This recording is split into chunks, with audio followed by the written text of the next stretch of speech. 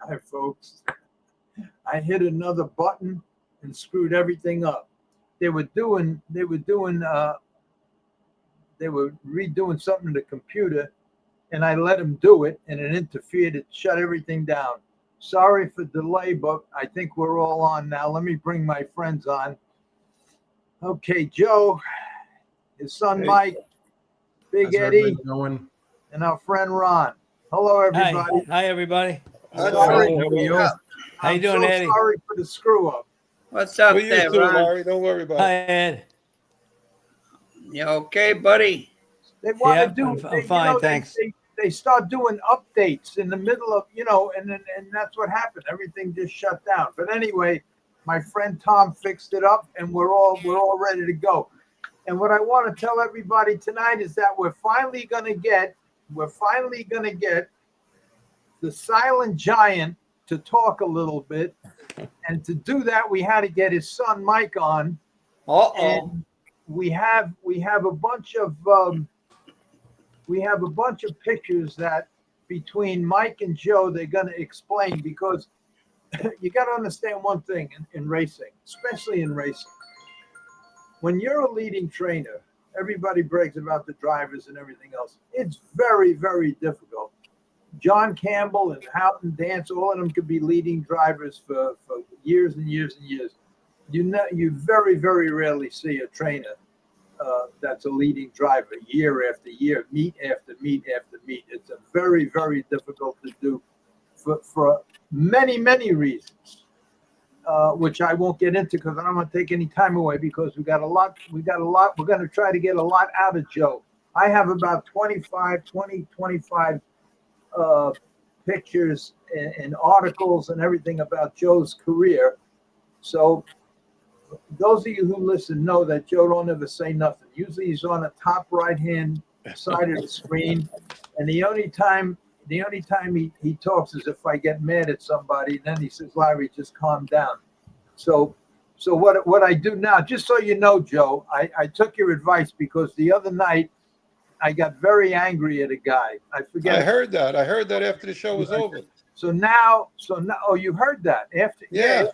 Yeah, I got mad at a guy, and I started acting like a 15-year-old wannabe tough guy, So from that, and then by the time I got downstairs, I says, "What am I, crazy? I'm like one of these. I'm turning into a keyboard tough guy." I says, so anyway, here's what I did. I'm going to show you. So now every time we get some jerk that makes a bad comment, I'm not going to comment on nothing. I'm not going to say, because there's a lot of ladies that watch, a lot of girls that watch, and I don't want to turn myself into a real jerk, which I do every time I get crazy. So here's what I did. Whenever I see a bad comment up there, I'm putting this up. Achievement Award. First, that you are the asshole of the night. All right. That's all.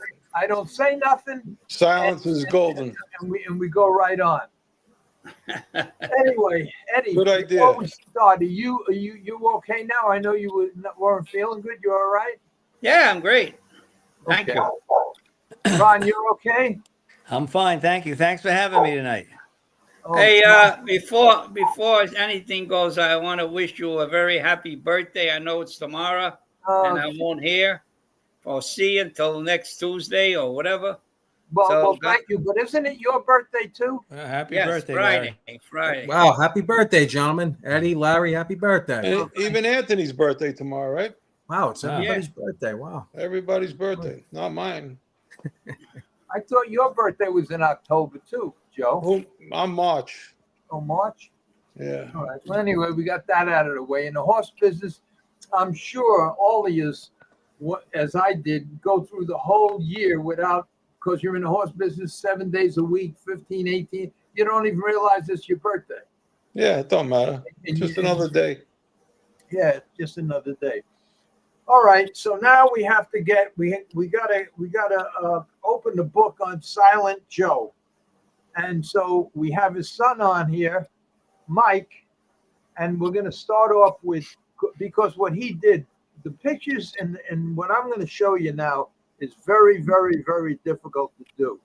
I didn't have enough time because by the time I got these pictures up, I tried to do it myself, and that's probably why I screwed up the whole computer. I didn't have enough time. I wanted to find out how many other trainers accomplished what Joe accomplished in harness racing, but I didn't have time for that. So we'll start off with let's see, what's this one here? Okay. All right, you want to talk about that? Well, start off with where do we start, Mike? In '96 with the first So training test? 1996 Where's was the the first year. '96 picture, Larry? I didn't put them in order. I don't know, but Okay, so so just put them up, and Michael will explain things as we put them up. all right. So here, I'm just going to put them up because I didn't put them in order. Larry, would you like me to go into 2000 first, or you want to go in order? Yeah, It's yeah, up to you. whatever, because I don't Whatever have to comes put up, in Mike. order. So whatever Okay, I so- put up, just tell us about it. All right. Michael so got a good memory. That's in why 2000, in 2000, that was his third year as the leading trainer at Yonkers. He had, and the standings actually too was very, very competitive that year. He had 201 wins and $966,000 in earnings. For the year, he had $978,000 in earnings, 203 wins, and he was fifth leading trainer in wins in the United States that year. Wow. Oh. That's something. North America, I should say. That's All really right, what's something. this? Yeah. So Rockingham Park, the previous training record was held by Serge Nadeau at 81 wins and like 318,000. He set this was his second training title at Rockingham Park. The first year was in 2003, but he broke the record at 88 wins, obviously. But he also broke the record for most purses won that meet and in a single meet. And he has the record for most seconds and thirds. Brewer Adams, actually, a couple of years later, did break his second place record. Brewer Adams has the most seconds at Rockingham in a single meet. My dad still has the record for most wins and thirds, and obviously because Rockingham is closed, permanently, that's going to be there forever. That won't get broke. What about this? That was Alan Jopper raced in the Breeders' Crown, final. He raced the. let me jump into this a minute. Go right ahead. Alan Joppa was my good trotter that I raced at Yonkers all the time, and I beat the Oaklands with him many times, and the owner put him in the Breeders' Crown, and the way they did it, which was terrible, they had two divisions, and the horses that finished first drew for 1-2. The horses that finished second drew for 3-4. The horses that finished third. So anyway, we finished fifth, so we drew for 9-10. And it wasn't a fair, it wasn't a fair thing where you had an open draw. You automatically, if you didn't draw good the first time, you were sort of dead the second time. And that's the way that went. And didn't they race the elimination race the same day as the final too? Yes. And it was like 100 degrees out. Yeah. Yeah. Yep. What I do want to add though, really quick on Alan Jopper was, also to Alan Jopper, he did win the Titan Cup with them at the Meadowlands in 53-1. And, Alan Jopper was a really tough trotter at Yonkers. He had about 8 wins with him in the Open at Yonkers, which he was definitely without question at that time, the best age trotter at Yonkers. When he put him at the Meadowlands, like a lot of people felt that, he was all right. He's a good trotter at Yonkers, but, Titan Cup, $190,000 race, racing against Glory's Comet, Super High Test, Magician. A lot of people felt that he wasn't in that league. I mean, 35-1 shot. He did get a perfect second over trip from Dan Dubé. Worked out great. He wins the race. But, when he raced in the Arthur J. Cutler Memorial and finished second to Kicktail, that was really unbelievable. And the only reason why he finished second in that race, and the Arthur J. Cutler is a $160,000 race, but he only finished second because he was locked in, you know. So Okay. Hey Ron, but yeah, if I don't know what happened. If he didn't get locked in, he definitely would have beat Kicktail in that race. Okay. That was 1996. That was the first year that my dad broke the well, I'll get into breaking the record in a minute, but that was his first training title, was 1996. When we get to the plaque, if you want, I'll go into details on that. The black. Well, Okay, it's just, it's not. And Luke Willett was leading driver. 2-0. Could you get here? Oh, that's about the trotter again. So They can't real see quick, what I want to touch on, Larry. ahead. So because you could see my dad, you know, driving Alan Jopper here, those 8 wins in the Open at Yonkers that Alan Jopper won. My dad always drove Alan Jopper, so all of Alan Jopper's wins at Yonkers in the Open, my dad drove them.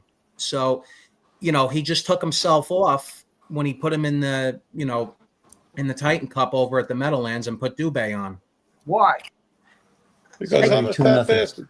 You know, he actually did say that, and it even came out in an article that, you know, you said that you gained a few pounds because of my mother's cooking, and you know, you wanted to put Dubé up on him at the time. I wasn't made for the Meadowlands. Yeah. I never driven there, and I know when you know, I wanted to give the horse the best shot. Yep. Okay, So- makes sense. Wow. So this year, yeah, I mean, that was the Sports Eye write-up with Walter Case and my dad. Walter Case finished out the year 534 wins as a driver, obviously, and Luke Willett at 435. My dad actually set the training record that year. That was the new record. The previous record was 172 wins, held by Paul Jessup. That year, my dad had 207 wins and 831,000 in purses. 207 was the new record now at Yonkers. And that was the first year. He was third leading trainer in North America that year with 222 wins and 906,000 in purses. Wow. That's something. Which in 96, that's, 96, that was a lot of money. A lot of scarols there, man. Yep. So the New York, that was a really nice write-up, the New York Times article. He was, it actually says that, I think this was written up in October, either October or November.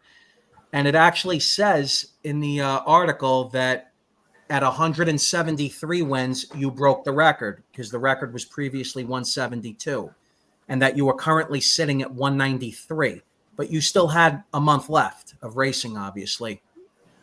Walter Case, in this article, if you read this article, and it's even available online, it's public information.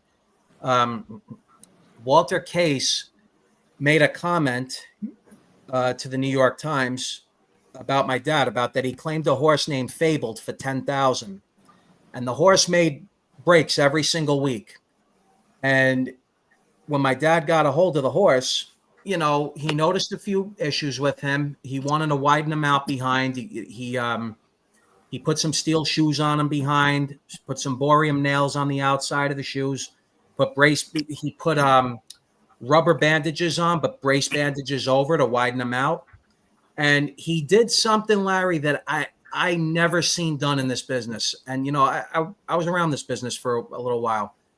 He took mirrors off of his truck and glued them to the inside of his closed bridle, because the horse had a problem with his eyes. Like, he just, it's not that he's seen shadows, but he would He would shy from like bad the eyes for snapper horse. in front of him and anything. Yeah, and you know, I never seen somebody glue Say that mirrors. again, he would shy what? He would shy away from the snappers and stuff. When the driver put his snapper, came back to hit a horse, Oh yeah, yeah, he yeah, would yeah. shy away from things like that. So what I did was I put the mirrors on the inside. They were big round mirrors. They covered the whole inside of the bridle. This way, the horse always saw reflections all the time. It was always reflections. And he got used to it after a while. So he was concentrating on the race instead of everything around him. And it worked out. It was crazy. Good. Unbelievable. And you did open his hobbles up a little bit too, right? Yeah, I opened them up. They had them very short because he was making breaks, but Yeah. that hurt him.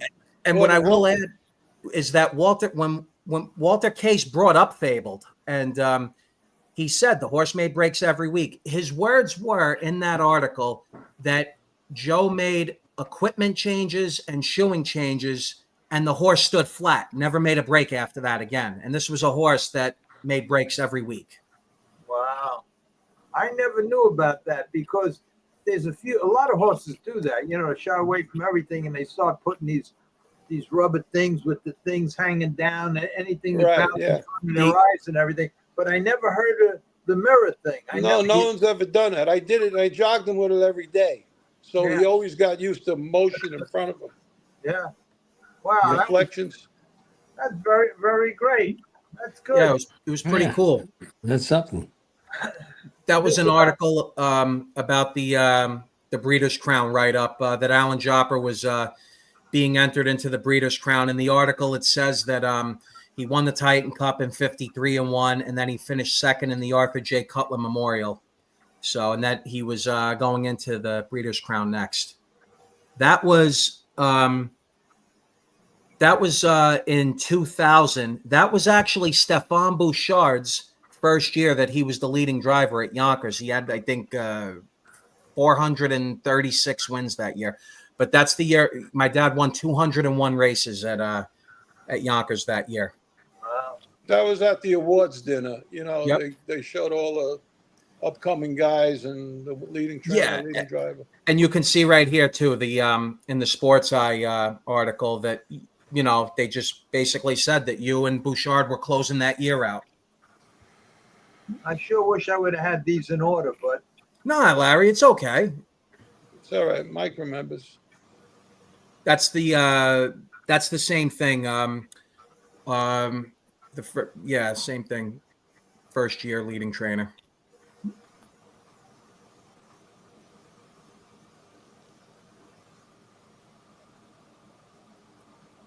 got a lot of duplicates here. That's my fault. Yeah, I think so.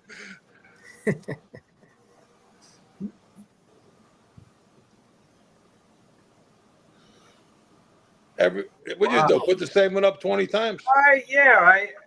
Whenever I have to do something, it's That's all right.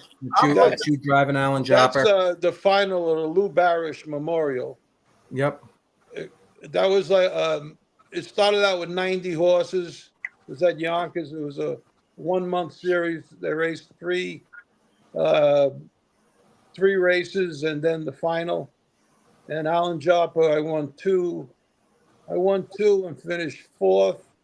And then I was eligible for the final, and I ended up winning the final. And it was a pretty good purse for Yonkers. I don't think I ever saw a trotter with hind shin boots, knee boots, front shin boots. That Mike, Larry, I raced they're not front shin boots. Those are light tendon boots with black tape on them. Okay.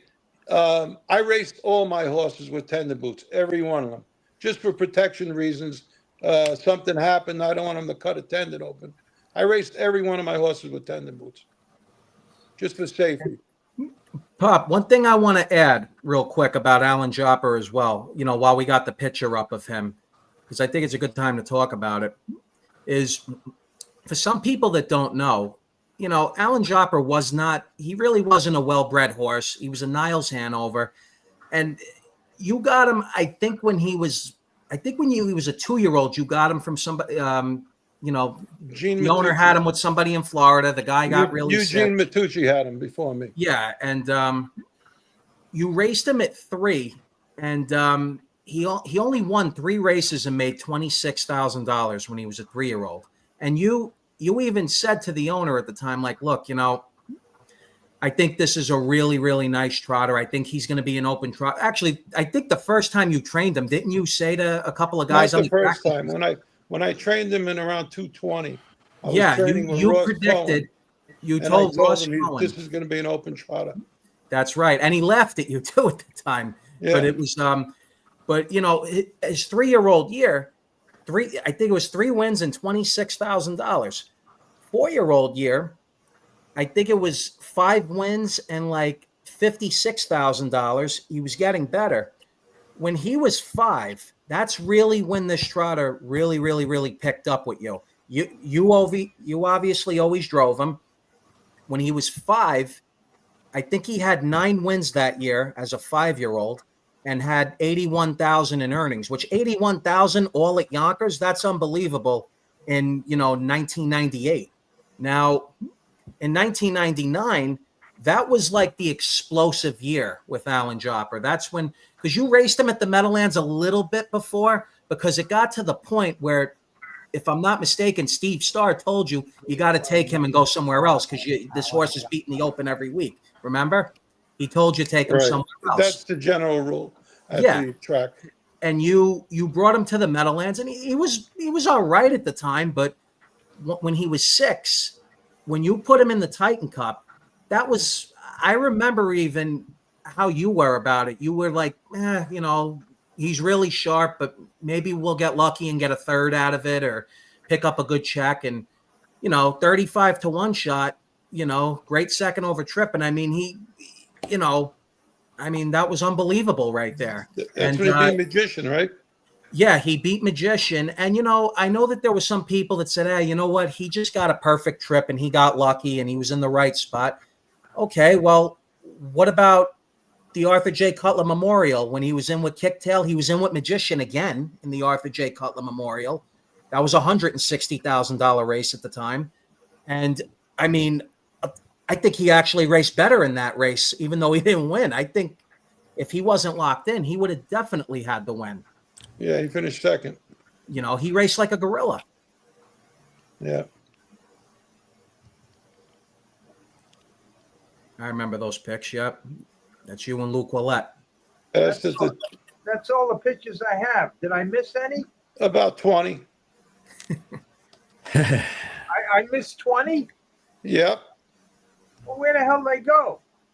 You got all the years training plaques and about 10 sports sides and about 10 programs, articles. Well, if we can't find them, I'd be more than happy to still go into it. Ron, Eddie, you want to talk? Say anything? There's 20 pictures that I just showed here. 20 Yeah, 10 of them were the same. You could open up a newsstand with the sports size. All right, Mike, talk about it. So, like I was saying before, in 1995, he, because my dad was in a different business. He was in like the video game business. Well, it was called the Party Place. This was in the early 90s. He only kept a couple of horses, maybe 3 or 4 horses at Yonkers. In 95 is when he really started building up his barn again. And he had probably about 25, maybe 30 tops in 1995. And I believe 95, you were the 2nd leading trainer. You had 110 wins and 537,000 made. The leading trainer was Frank Hartline. Frank Hartline had 158 wins and like 640,000 in earnings. 96 is when you really just ran away with everything at Yonkers. That was the year where you set the new record at 207. And Frank Hartline, I think, was 2nd that year with 104. 97 and 98. These are really interesting, Larry. 1997 and 1998. 97, my dad wanted to go to, he decided to go to Florida.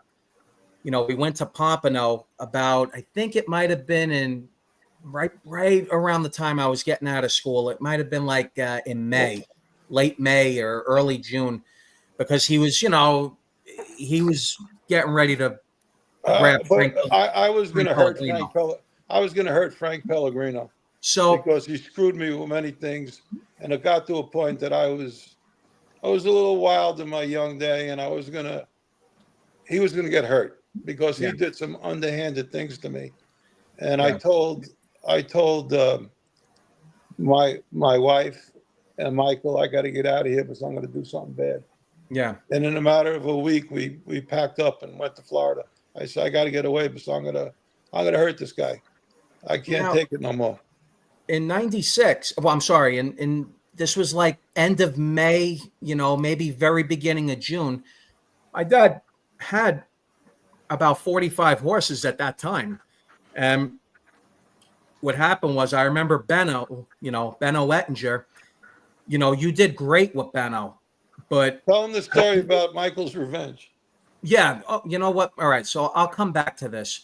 When he first hooked up with Benno Ettinger was a big flooring guy. He had the contract with Gold's Gym. He did all their floors. And I had a small owner, I had one horse with me. He said, Joe, I'm going to bring a guy to you that has unlimited money, that if you do good with him, you have carte blanche, you have an open checkbook. But if you do bad, it's over. So make sure the first one counts. And he looked like Luca Brasi. It's the best way I could put it. Yeah, he did. Exactly like Luca Brasi. Yep. So tell him the story, Michael. So when he met with Benno, everything he just said, Benno told him again when he met with him. He goes, listen, you do right by me with the first horse, it's going to be unlimited. I'll get you horses every week, whatever you want to claim. You screw me, that's it. I'll never do anything with you ever again. So he liked a horse by the name of Michael's Revenge. And I think, what was he in for 10? Yeah, I claimed him off. He was a veterinarian out of him, actually. Yeah. Guy from New England. I forgot, a trainer that well known. He claims him for 10. Well, he was right before he put the claim in. He told me, he says, Benno, I want to claim this horse. I really like him a lot. His name is Michael's Revenge. Benno looks at him, looks at the proofs, and he goes, you think I'm stupid? This horse is a piece of shit. And online, on paper, Larry, he looked terrible. I mean, you go straight down the lines, it's 8th, 7th, 6th, 4th, 5th, 8th. Like in 5 starts, the horse had probably $700 made. It was. And Benno says, all right, okay. I kid you not. My dad won about 13 races with him and made $70,000 first year with that horse. And that's how the relationship with Benno and my father came to be. So that was really pretty funny how that worked out. But you want me to get back to 97 though, when you were going to Pompano? This is very we just left. No, well, my point is that when you went to Pompano, as great as you did with Benno did not want anything to do with racing in Pompano for some reason. And at that time, Benno probably owned 70 or 80 horses, and he probably had 25, 30 with you maybe at the time. And you had a 45 horse stable at that time, coming off 96. So, you only went to Pompano with like 12 horses. And 4 of them died. 4 of them died in transit. And then the whole barn got sick for a whole month. They had What happened was for a month. It was terrible. I shipped 9 horses down, or 12 horses down. Ron, how many horses does a big van hold? 12? 12, yeah, right. 12. Okay, well, I had 13 horses, and I shipped them with Houghton's brother-in-law. What's his name? Ralph. And Ralph made a portable stall. And in that portable stall, I had a $25,000 claim on him, around again. Nervous kind of horse. He put him in this converted stall. He had a metal frame, and he put 3/4-inch plywood and made the stall for him. Well, the horse kicked. His leg went through between the metal frame and the plywood, threw it and locked in, snapped in. He tore his hoof off. They were near the border in, where's it, Tallahassee, where they have the agricultural checkpoint. No, right at the top of Jacksonville. Okay. They had to put the horse down on the trailer. His leg was destroyed. They were stuck at the border for like 6 hours because of this. 3 horses found it. They had to be put down. And everything else got very sick. So I went to Pompano to avoid me going to jail. And it ended up costing me 4 horses and not race for the first 2 months I was there. So that's how that ended up. And, Yeah, the whole, I remember the whole barn was sick, and it was just it was a disaster at that time. But you had 12 horses to start with to go to Pompano, and we only had 8. 13. Or 13, I'm sorry. Now, what I want to point out, though, is that from January to May at Yonkers, you had like 47 wins or 48 wins. Now, for the year total, you ended up with 55 wins. The leading trainer in 1997 was Joe Kowalski. I think that's how you say his name. Kowalski. Kowalski. He had 80 wins at Yonkers that year. 80 wins. Now, I tell my dad this all the time.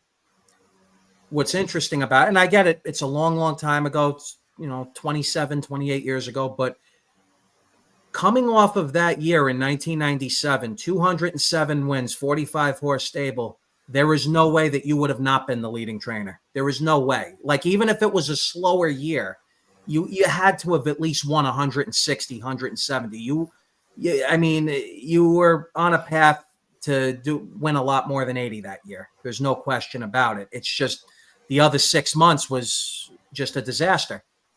We came back from Pompano in, I think it was like 3rd week of December. It was right before Christmas, and you closed out the year with 55 wins. Now, 1998 rolls around, and, Benno had come back, and that's the year too that you had, I think you had just hooked up with Cookie in the middle of 2000, and I'm sorry, in the middle of 1998. That was Rolls-Royce stable. Yeah, Rolls-Royce stable. And you were building the barn back up again. You probably had between 25 and 30, I would say, in 1998. And I'm also going to go off the starts. That year, 1998, Carmine Fusco was the leading trainer, 126 wins and 440,000 in earnings. You were second leading trainer with 123 wins, and I think it was like 530,000. And even in a write-up, it said that you and Fusco were going back and forth. You were up by 1, and then it ended up closing out where he won it by 3 wins. But you were in building mode at that point. You were rebuilding. So my point is I believe that if you didn't go to Pompano in 97, let's just say if Frank Pellegrino, if these issues didn't happen, I think you definitely would have been the leading trainer in 97. And I think there would have been a strong possibility that you would have been the leading trainer in 1998 as well, because the stats were there. And I remember at that point, you didn't have 60 or 70 horses yet.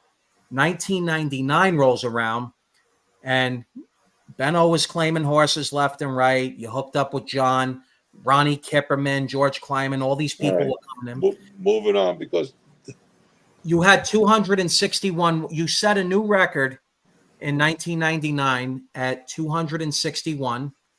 You broke your old record, and you did 1,232,000 in earnings at Yonkers.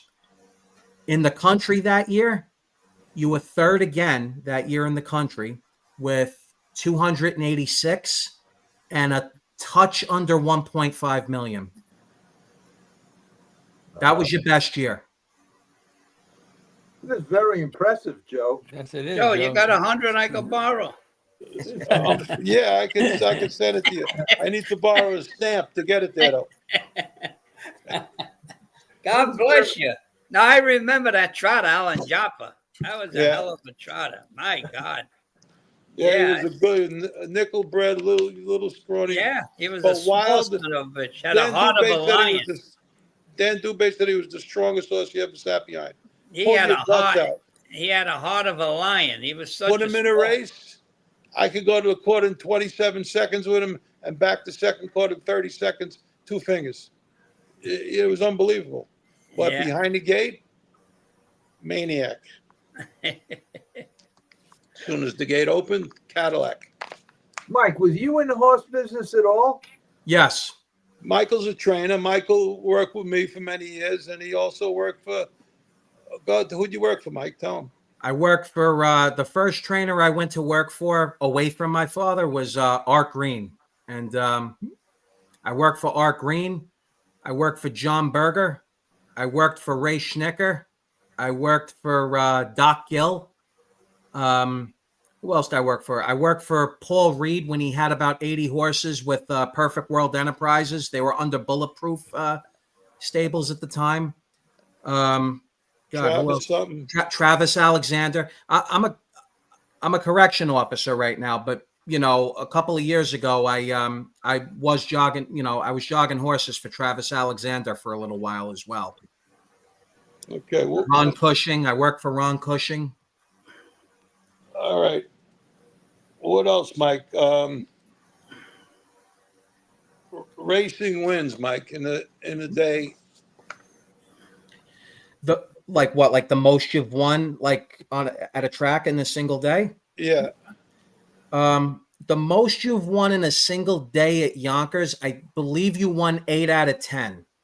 Right. That's the most you did at Yonkers. In Rockingham in 2006, I believe there were 2 times where you won 7 races in a day at Rockingham. Right. Correct. Yeah. How That's could really you not something. be? How could you not be in the Hall of Fame for trainers? And I'm serious. Because it's politics. I asked Sal DeMario was talking to me the other day about that. He says it's like a club. And if you're not in the club, you don't get recognized. And to be honest, I'm going to tell you a story. Maybe I should, maybe I shouldn't. But Go right ahead. Ray Schnitker ran Goshen Racetrack. He had the biggest barn there.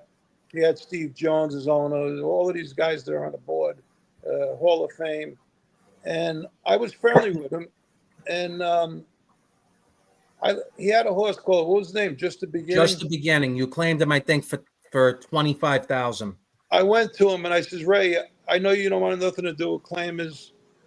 I says, I won't claim off you. We're friends.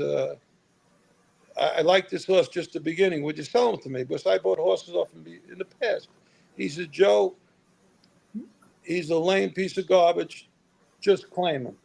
I said, Ray, it looks bad. We're stable next to each other. He said, Joe, you're doing me a favor. Just claim him.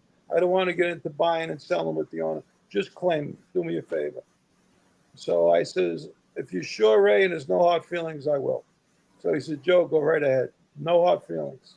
Well, the 25 claimer ended up beating the 50s. And I won like 3 in a row right off the bat. And at the end of the month, I got a notice from Goshen Racetrack that a big stable was shipping in, and we have to move out 3 or 4 smaller stables to make room for them. Unfortunately, I was the only small stable they moved out. So I knew what that was all about. So as far as getting into the Hall of Fame with that crew, I don't think I got a shot. Because they run it. Joe, who was the big stable they were moving in? They didn't say.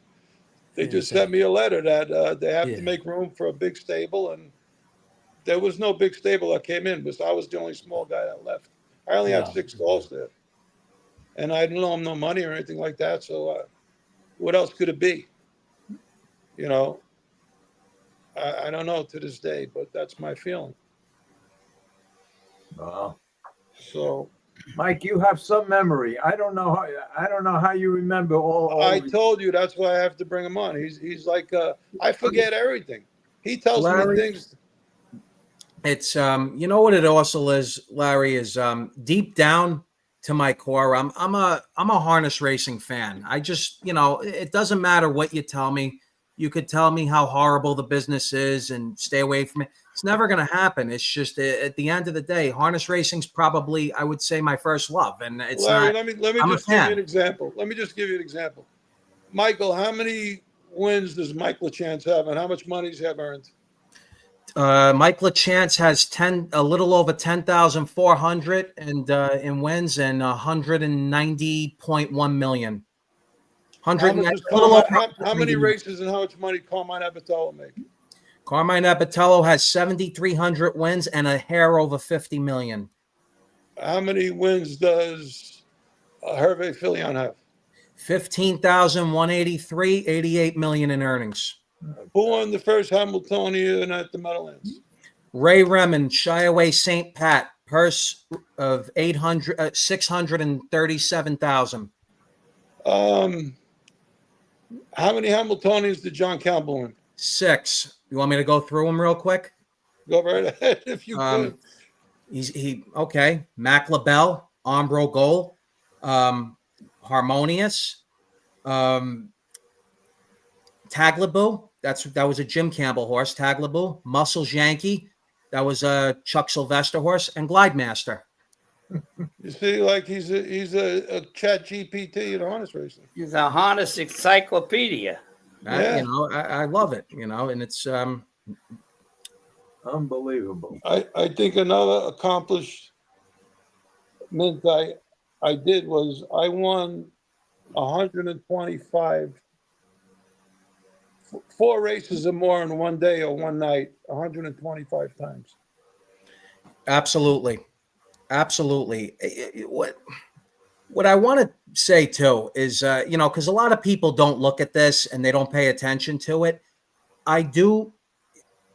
Actually, I'm not going to say it. I know for a fact that when it comes to wins, I believe that you have the most wins out of any trainer in New York for New York State. And I think second behind you is Timmy Case. In the history of Roosevelt and Yonkers. Yes. If we're talking about New York State racing, all racing in New York States, you have more wins. Monticello, Yonkers. If we put them all together. Yeah. Yep. And how many wins would you say I have? Lifetime? Yeah. 2,700 wins and 11.5 million. And I never paid over 40,000 for a horse in my life. Never. 40,000 was the most you ever went. Joe, give me 200 instead of 147. I raced the claiming game. I didn't have no big super owners. I just made the best out of the claiming game. Michael, you should be very proud of your father.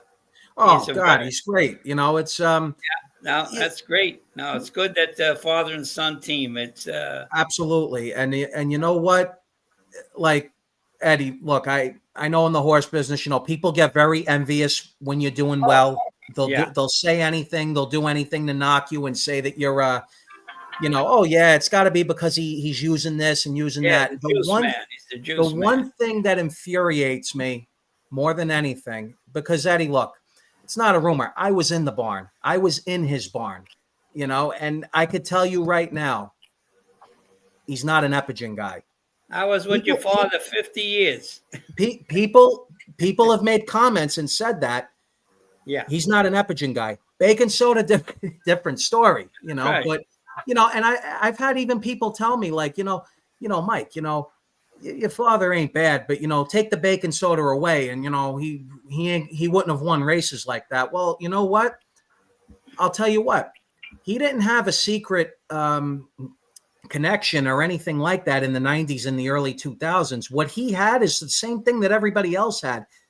Tell me, who didn't use baking soda in the 90s and the early 2000s? Everybody was doing it. Let me say something else about that. Baking soda don't put mirrors on the inside of closed bridles. You're That's 1,000,000% right, Larry. Don't let hobbles out. And Without a doubt. don't put steel shoes behind on a trotter, especially. Baking soda does none of them things. So That's true. 100%. so he deserves everything. And let me just say this about the baking soda.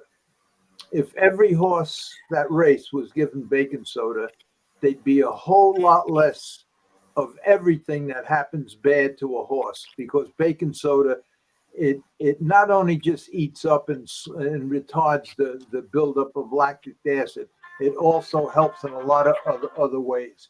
And regardless what your father knew that, and that's why every horse got baking soda. And the first thing I was taught in the late 50s was always put a handful of baking soda in the horse's feed. Well, naturally, I never ate it, because back then it was just straight oats and wind up in the bottom of the pail. But it's things like Joe knows what baking soda does, and he also knows why he put steel shoes behind on the trotter, and he also knows why he put the rubber bandage covered with brace bandages with boreum nails on the outside. He knows all of that. So without the complete knowledge, his record could never be. So he's the real deal in every phase, and you certainly can't and I can say this because I went around with the veterinarians. Epigen in the 70s and 80s was like cocaine was. Everybody used it. There was no test for it. And once they found out what it does, it made mediocre trainers into superstars. And once you have 300 horses, I'm not naming anybody, I'm just saying this as an example. Once you have 300 horses because of your success with Epigen, if you're smart and you hire the right people, you could maintain it. And with the thoroughbreds, it's remove and replace, and with the standardbreds, they just go in a little different direction. So your father was a brilliant man when it came to training, conditioning, rigging a horse, and all of them things, which is a whole lot more important than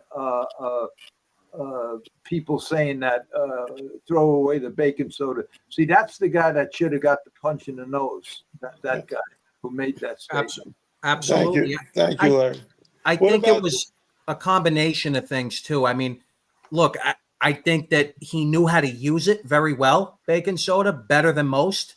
And I think it was a combination between that, rigging, shoeing, and classification too. That's one thing. He knew how to classify a horse.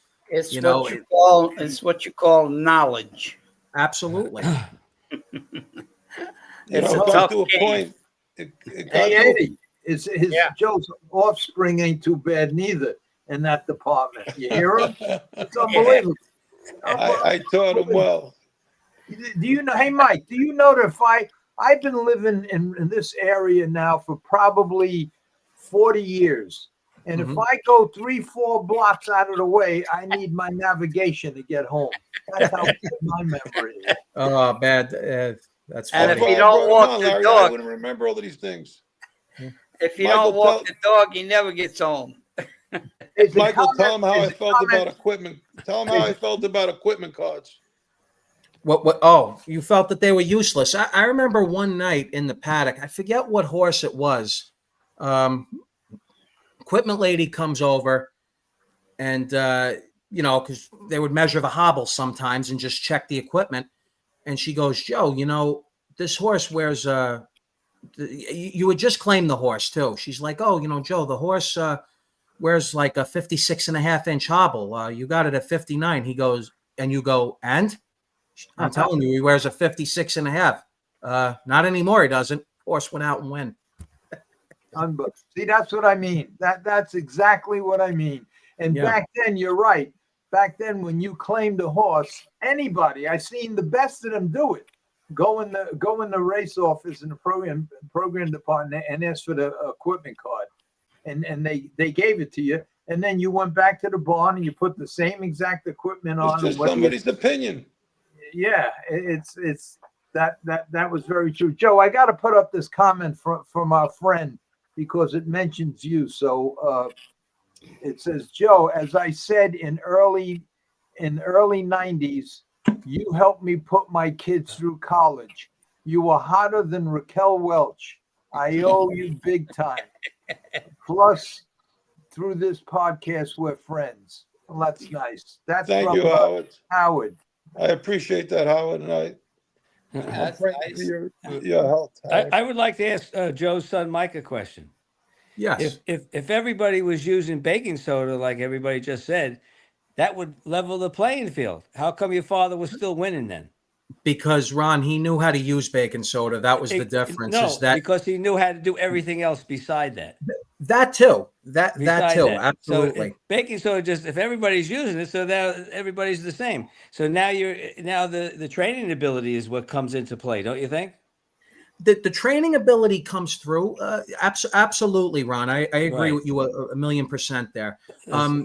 What I was saying though about knowing how to use it though is that everybody, they'll use baking soda a different way, and everybody has their own method and their own drench, and they want to add this, they want to add that. Without going too far into detail, I just want to say he was very good at it, and I believe that mixed in with classification and horsemanship, which like I've seen all different types of and I'm not knocking anybody that does it this way, but if you had a horse that was banging his knees, I mean, I've seen people, put knee spreaders on and put oxygen in the shoulders. My dad wasn't his thing really. I'm not saying that nobody had success with that.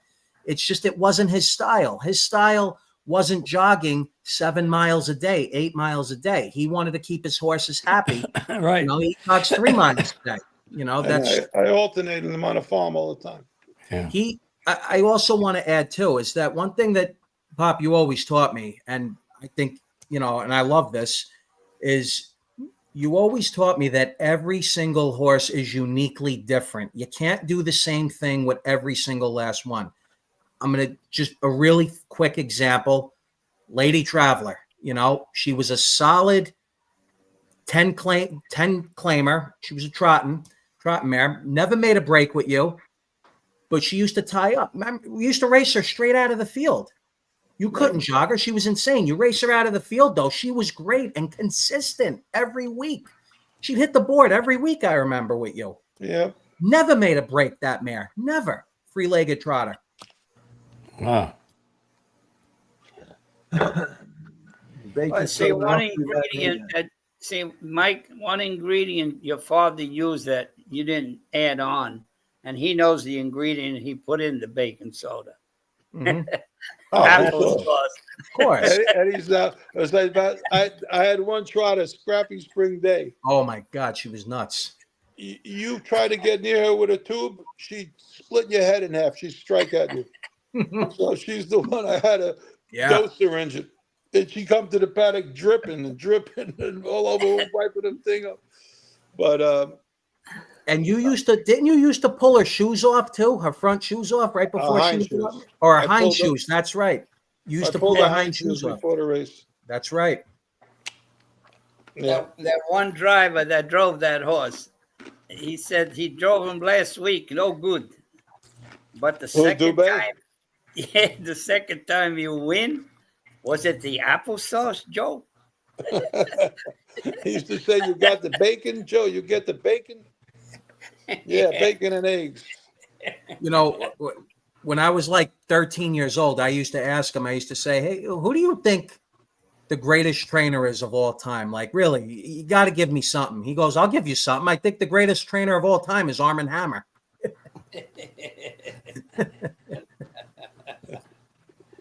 Michael, how many races does Stanley Dancer win? As a driver, a little over 3,700. How much money did he make?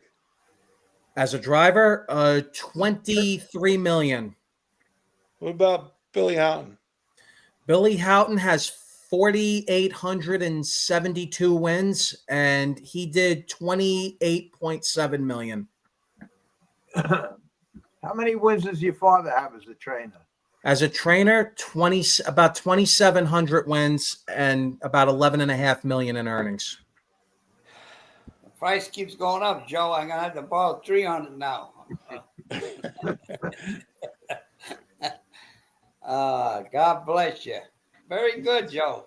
Say that I one know more you all time. these- Yes, Michael. I know you yes. all these years. How many wins did Houghton have in his lifetime? I believe it was 48.72 with about 28 million and some change. No, wait a minute. That's as a driver. No, I'm talking about as a trainer. Well, same This- thing because he basically drove well, except for near the end. Yeah. So with training, Larry, like with the training stats, Just the training stats, no driving.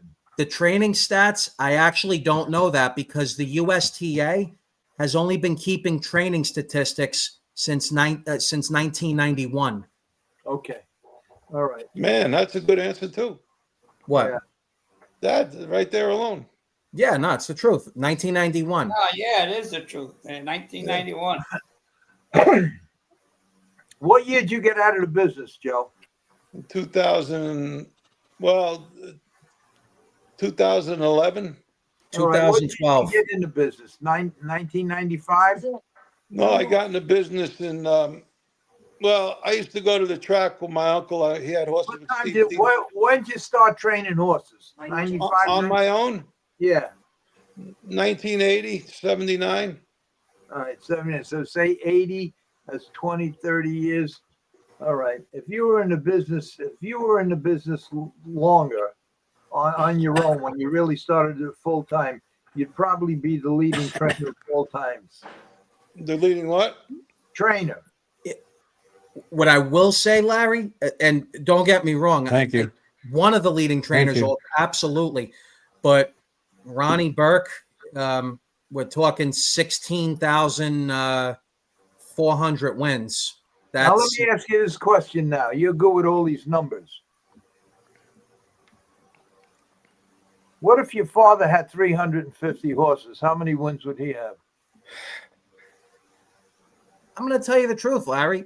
I think he probably could be right up there with those types of numbers. Okay. Absolutely. Well, And so I do want to, I just want to say why though too is when my dad, I think the most my dad ever had was Jesse. probably right around Yeah. 75. That's with broodmares and everything. Racing, probably about 60.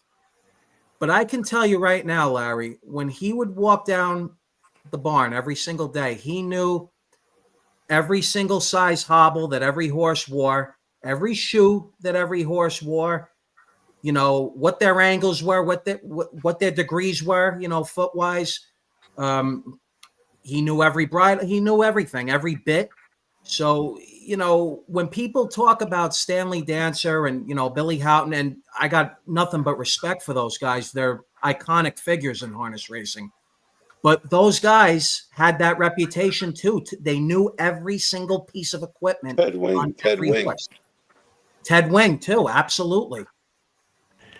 Ted Wing, Benny Webster, all those guys, they're iconic guys. Hervé Filion it was probably one of the greatest compliments my dad ever got. He told my dad a couple of years before he was leading trainer at Yonkers, he said, "You're going to eventually be the leading trainer here. You are going to be the leading trainer here." And to get a compliment like that from Hervé, I feel like that's like Michael Jordan telling you you're going to be the next guy in the NBA. You know, so I would put it to that level. Yeah, that was a big compliment.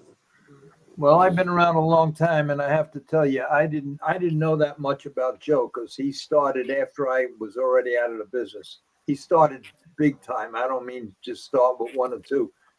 He started to rock and roll when I was already out of business. So I heard a lot about him. A lot of people were talking about him, but it didn't make no difference to me. I was in California. I was all over the place. It didn't make any difference. I didn't know what we talked about today with some of them pictures, and some of them I left out. I don't know what the hell happened to them, but it was very, very impressive. He has a very, very impressive record, and he I never knew.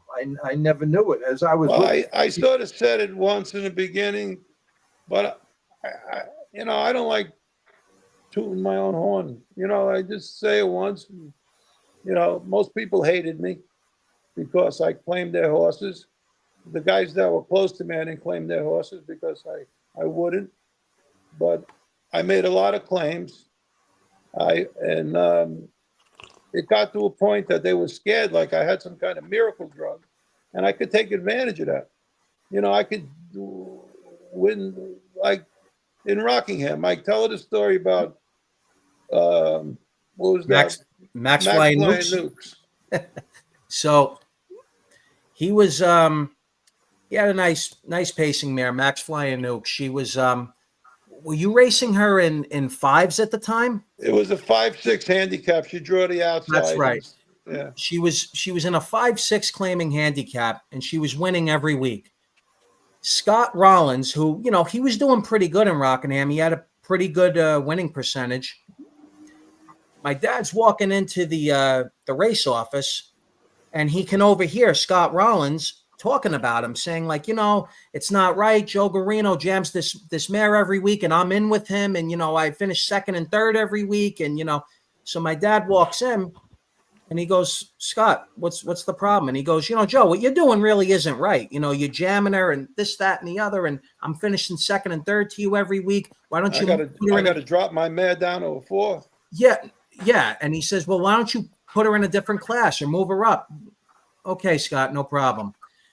The next week, he put her in a friggin' 4-claimer, and who's he in with? Scott Rollins, and she friggin' jogged. It's just he did shit like this, and it was hysterical. I thought he friggin' went nuts in the paddock too. I remember that. Let's see. Lee Howard says nobody was better off the claim than Joe. Plus, I recollect Joe won around 13 races over 3 days and did it again and again and back to back nights, 3, 4, and 6. Yes, I'll tell you, Joe, I really didn't know. I didn't know until tonight.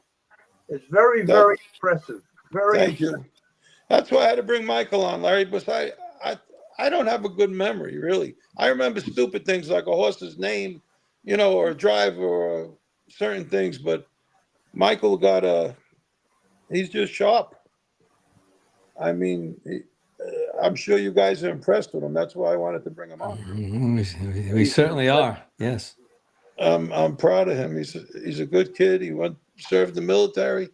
He's in law enforcement, and he's a good trainer. Look, I'm going through a lot of these comments here. I passed a lot of them up because they have nothing to do with what we're talking about.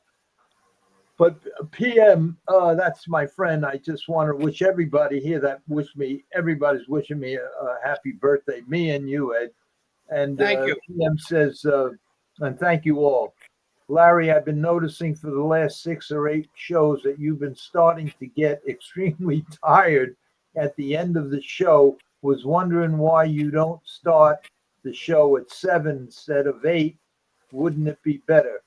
No, it wouldn't be better because I've been working. The reason I'm like this, I've been working probably 18 hours a day. I've been working on another project, and I've been on the computer up until 3, 4, 5 o'clock in the morning. Then I go to sleep for an hour or 2, and then I'm up because my dog has to go out at 6:30, so I'm up, and then I'm up the rest of the day. That's why when nighttime comes, I'm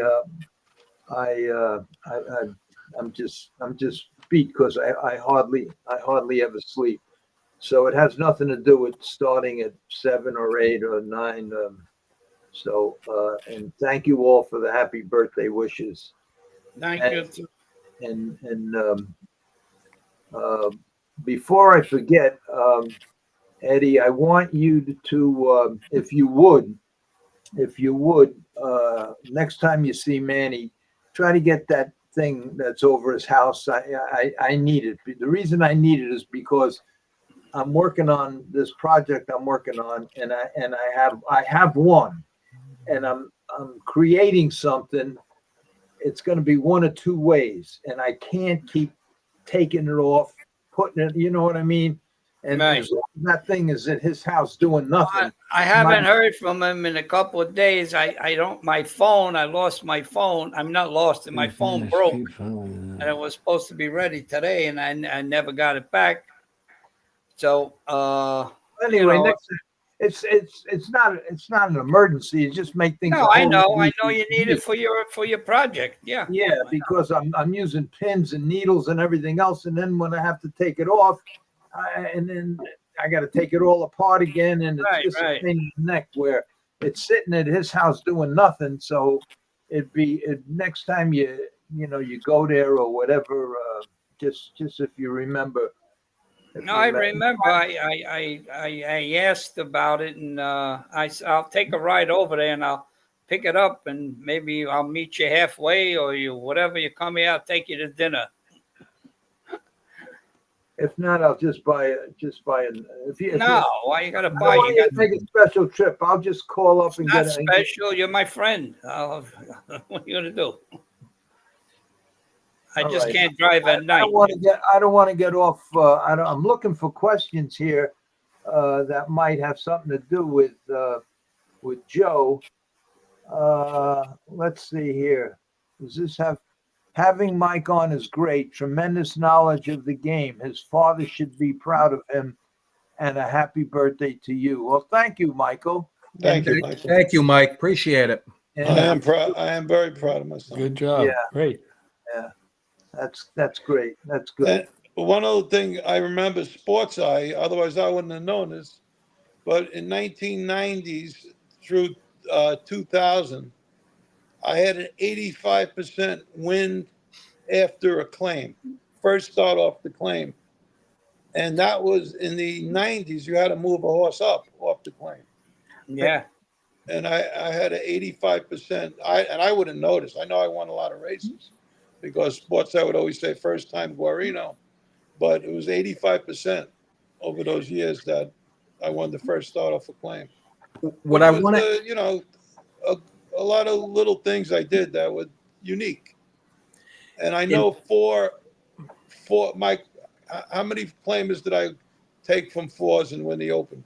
4. I know Lori Landlady was 1, and who the hell was the other 3 again? The Major Damage. Major Damage, and Lori Landlady was in the article though too, and Bradish Love.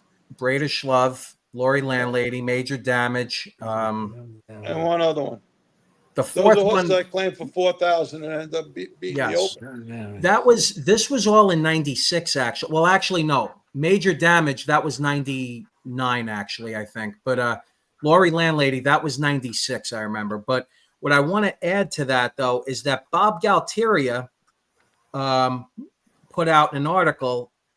There was a write-up that he had done that in the summer meet of 96 at Yonkers, and look, you know how big of a fan I always was of Walter Case. I mean, I think he's incredible, probably quite possibly one of the greatest drivers of all time, on a half. Your winning percentage, though, as a trainer in the summer meet at Yonkers Raceway was higher than Walter Case's winning percentage. Walter Case's winning percentage for that meet was 35%, which is incredible. You were at 40%. You closed out the year at, I think, 23.1%. But for that summer, you were, for like a good 3 months, you were winning at 40%, which was just like ridiculous. Yeah. I know one thing in the stats area, my percentage is a lot higher than your father's when it comes to losing. Larry, I mean, you sound like a really sharp horseman, though. I mean, I've heard stories and I've watched your podcast a lot. You sound like a very knowledgeable guy. Michael understands, Larry. I have an extremely high losing percentage. Well calculated one. Larry, I know in the 60s, 70s, and into the 80s, you did very well, and you won a lot of races. No, I didn't win it. I didn't win a lot. You don't have to be nice. I have a book. Yeah, Larry, these are all things that I've heard, and I hear you talk on your podcast all the time, and you sound like a very knowledgeable guy. No, I no. As far as I'm concerned, I like the challenge. I enjoyed the challenge, getting a bad horse and I love that too. Yeah, that's what I enjoy. And much like your father, I never asked for an equipment card. I never did nothing. I just my thing was just finding the problem. There's always a problem. And in fact, I'll tell you this. There's a problem now, and this is the project I'm working on. There's a problem now that everybody knows about and nobody ever talks about. And it's a serious problem. And the reason nobody talks about it, and I'm talking about from universities, because in the last 2 months I've been involved very heavily with 3 or 4 universities, 2 or 3 scientists that I'm working with right now, professors at these universities, veterinarians, and the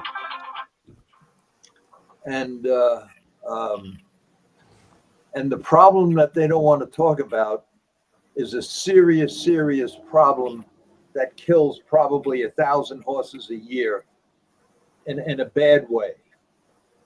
And I'm in the middle of putting together a video of me talking about this and showing pictures of what happens to these horses, how it happens, when it happens, and why it happens.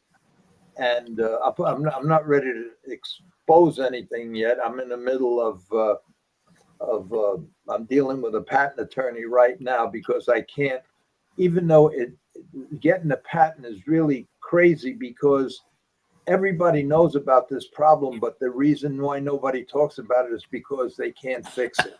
There is no fix for the problem, but I solved that. I solved it. And that's why, to that guy who asked me before, why am I always tired? In fact, I just mailed Joe, your father, a book today. It's probably, this is the book right here. It's probably all these pages here. That's how thick the book is. That's all research that's been done for the last 40 years from universities and from everything that I've been working on. I've been working with some scientists and everything, and I think I solved the problem. And that's what I like. That's what I like doing. And that's why the worse the horse was, the better I did with him. And I'll just give you an example, just one quick example. The first horse I ever claimed in New York, I think it was in 1960 or 1961. I don't even remember. I claimed them. I claimed 2 horses within 2 days. It was either Anthony Abatello's horse or Buddy Gilmore's horse, and I'm not sure if Gilmore was there at the time, so it must have been Anthony Abatello's horse. And the horse come in, and blood all over his belly, and he had a quarter crack right down the left front foot. It was split wide open. And what they did was they put a nail, drilled a hole on one side of each crack of the crack, and they put a nail in it, and then they put a nail through each hole and then twisted it to bring the foot back together again. And that was the first horse in big time. I mean, I had a few experiences up in Buffalo when I was up there before I come to New York. But that was the first, and then I realized that there were certain things that that nobody just paid attention to doing. Back then, there was no such thing as a quarter crack patch, and there was no such. They'd make the Sharp brothers that were there at Yonkers that I used to sit with. They'd make all these fancy shoes and everything to try to take pressure off, but there's no taking pressure off a quarter crack like that. I mean, they make the shoes, but it really don't do nothing. And I just went to Sears and Roebuck and bought a fiberglass kit and cleaned out the crack and dried it out for 2 days and took it off and mixed cut up the fiberglass into shreds, mixed the glue, the glue and the fiberglass together, put it in, and put a sheet of fiberglass over it. And by the end of the week, the horse was the crack was patched. The horse was 100% sound. And I think I won 4 in a row with him, which led to that full page write-up that I got. And from that point on, I just couldn't wait to claim the next horse and just look for problems. And Larry, excuse me, did you put screws in there also or no? No. Because Judd Butler used to use screws. No, you know how many times I had Butler with. He used to do all the Randy Perry's quarter cracks, and he was the poor guy passed away. He was a really nice guy. Judd was a nice man. Yeah, but crazy but nice. Yeah, he was crazy. I didn't agree with the way he was doing it. Me either. It was, but the best now by far. Ian McKinley. In fact, when I had the Thoroughbred, I was gonna put the shoes on the following morning, and just by accident, I got a phone call and I answer it, and it's Ian McKinley, and he says, "What are you doing? How you been? And I heard you down here." Well, I says, "Yeah." I says, "In fact, tomorrow I'm going to play Ian McKinley. I'm going to put a couple of glue-ons on and patch a crack." He says, "Don't do it." He says, "I'll be down there." And I'm glad he came down because my thumbs don't work too well. And it's, without thumbs, you can't even button a shirt. You can't even hitchhike. You can't do nothing. So anyway, he was nice. He came down and he's really good. But that's a whole other story. But I really enjoyed. I only wish that, see, your father came into the business after I left the business. Can you imagine that I would have loved to have it just for the challenge, because your father and I, from listening today, we had the same ideas. You want the equipment card? I don't need the equipment card. Well, you got to have 3/4 inch leather hobbles. Yeah, okay, good. You keep the hobbles, keep whatever you want. I'll figure it out myself. And that's what I enjoyed the most, even through the toughest years of my life in the business.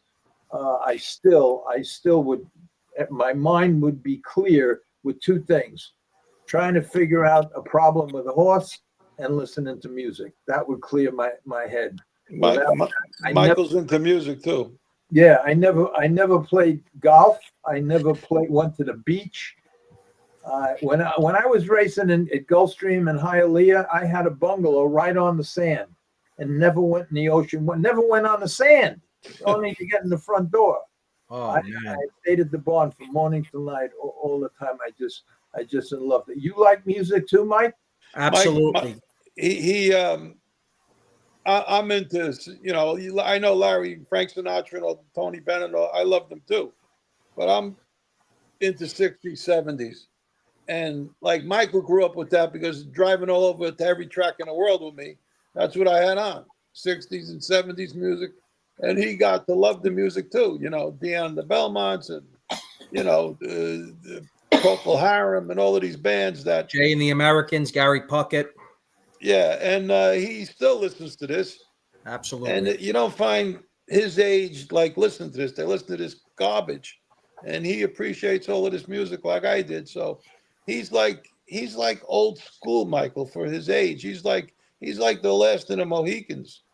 I mean, he's really, Pop, what I wanted to bring up really quick too, it's a quick thing, but when I was working for Travis Alexander, Tommy Houghton was working for him.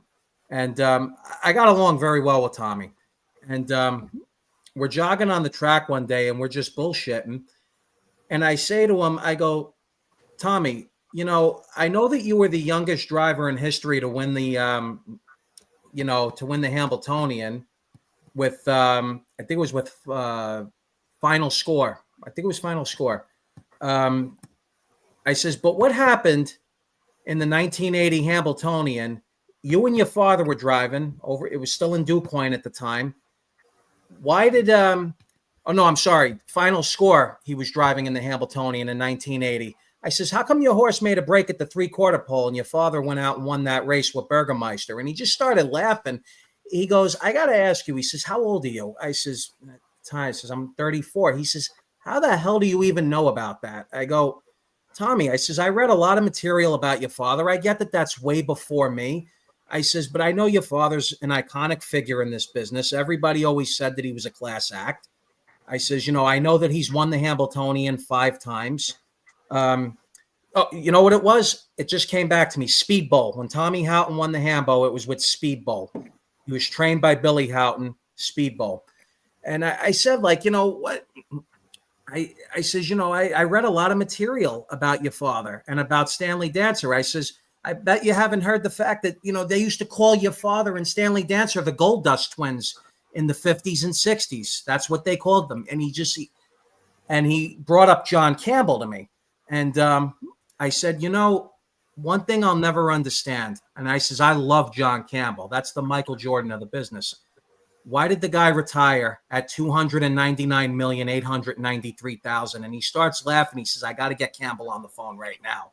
We get back to the barn. He calls up John Campbell and he puts him on speaker. He says, John, I got to put this kid on the phone with you. He's like nuts. And he's got to tell you something. And John's laughing. I said, John, really? I says, you couldn't hit the $300 million mark? And he goes, I could see that this is bothering you more than it is me. I says, John, come on. You would have been the first driver ever to go to 300. I says, why don't you come back? You know, all you got to do is do 110,000. I says, you'll do that in one day. He says, I want nothing to do with driving. I'm finished. I'm done. I says, okay, you know, but I thought it was a funny conversation though. It was. Okay, because I started talking too much, I got some questions here that I'm going to respond to because one is from Gregory and the other one is from PM and one is from Arthur. These guys are on every show. So David says, how many races has Larry won as a driver and trainer lifetime? I have no idea. And the next question here by PM says, Larry, tell them your famous saying, I won the races I had to win. So that's the question. That's the answer I would give you, David. How many races has you won? If you read my book, you would understand more. And then Gregory Peck says, Thursday night, I'll interview Jessica Ham. Yeah, her brother called me and says just what you says here. She's been doing exactly what Larry wants to know about. She has a camera mounted on many of the top drivers in major races. And she's going to be on this show here Thursday night. And I think, according to her brother, because her brother texted me today, that I will have access to any of them films. That's what Trade Martin wants to do with Freddie Hudson and talk about that. And I also have, which I'm going to play, is the Hervé Fillon one, where he actually, in 2 races, he's wired up and he's narrating the race as he's in it. And I think somebody told me, I didn't listen to both of them, but somebody told me some guy, a long shot, pulls up and he says, I can't let you go. He says, you're like 90 to 1. What are you nuts? Get back there. Something like that. But I'm gonna show that. Michael, speaking of Gregory Peck, who did Gregory Peck train, Mike? What trotter did he have? Muscle Hill. Yeah. I mean, that was Muscle Hill. Huh? What do you think about Muscle Hill? I think of my my generation, I would definitely say that Muscle Hill has to be the greatest trotter. I mean, you know, when you say greatest trotter of all time, it's hard to compare eras. I mean, obviously you're going to have to throw Greyhound in there and Mac LaBelle. But Muscle Hill is without question one of the greatest trotters of all time. I mean, 21 starts, 20 wins. I think it was 3.4 million that he made, 150 and one. I mean, that the horse was a machine. I mean, that horse wasn't going to be challenged. So there's the Gregory Peck. Yeah, that was unbelievable horse. Freddie Hudson says, had Peter lived, the records would have been a lot different. I think Peter Houghton's talking about, Larry. I guess so, yeah. I know he was in the 70s and 80s. He was a great up-and-coming driver. And Burgermeister, which Billy Houghton drove in the 1980 Hambletonian that he won with, that horse actually belonged to Peter. And that was an emotional Hambletonian, too, because I think it was like a couple of months prior is when he got into the car accident. And, that was, unfortunate, You know, that turn that he took when he went off the road, I take that turn sometimes 2 times a day. And all he did was just went a little wide and he hit the curb and come right, it just bounced right to the right. And he went up on the grass and there had to be a pole right there. And had that pole not been there, he would have been fine. He just would have ran up on the grass, but the pole come down and just crashed, over the hood of the car. What a shame. Yeah. He was I was having dinner in the place where he was, and they wanted to go to another place. And so he left there, and that's when that happened. But I passed by that turn almost every day. Sad. Guys, Michael was a very wild kid when he grew up. And I truly believe that he was going to end up dead or in jail because he was a bit of a maniac, even more than me. And he turned out to be, I'm so proud of him, what he did. He went into the military, he straightened his life out. He's in law enforcement now. And he's, to me, where do you find a guy like this that has the knowledge of what we should have? Maybe Ron is like similar. Barbara DePalma or Barbara like DePalma. As far as memory like that, but he's 36 years old, 38 years old. Some memory. It's unbelievable. I'm sure you have, and you should be very proud of that kid. He's very, very impressive. Very impressive kid. That's why I said when you said you wanted to do a show on me, or Ron brought it up, I think. I said I got to bring my son on because he's hands down the guy to talk about it. Where do you live, Michael? He's got some memory. I live in Orange County, New York, over in the town of Newburgh. So yeah. Up Newburgh, all the way upstate. Yeah. Yep. Where you are? Sing Sing, Oneonta? I'm in Otisville actually, but I was in Fishkill and Greenhaven as well. Yeah. Wow. Too bad. Yeah, those jails are wild. Yeah. He's a tough kid, man. Yeah, it's seen some pretty nasty stuff in Michael there. heard some stories about me when I having fights and stuff on the track.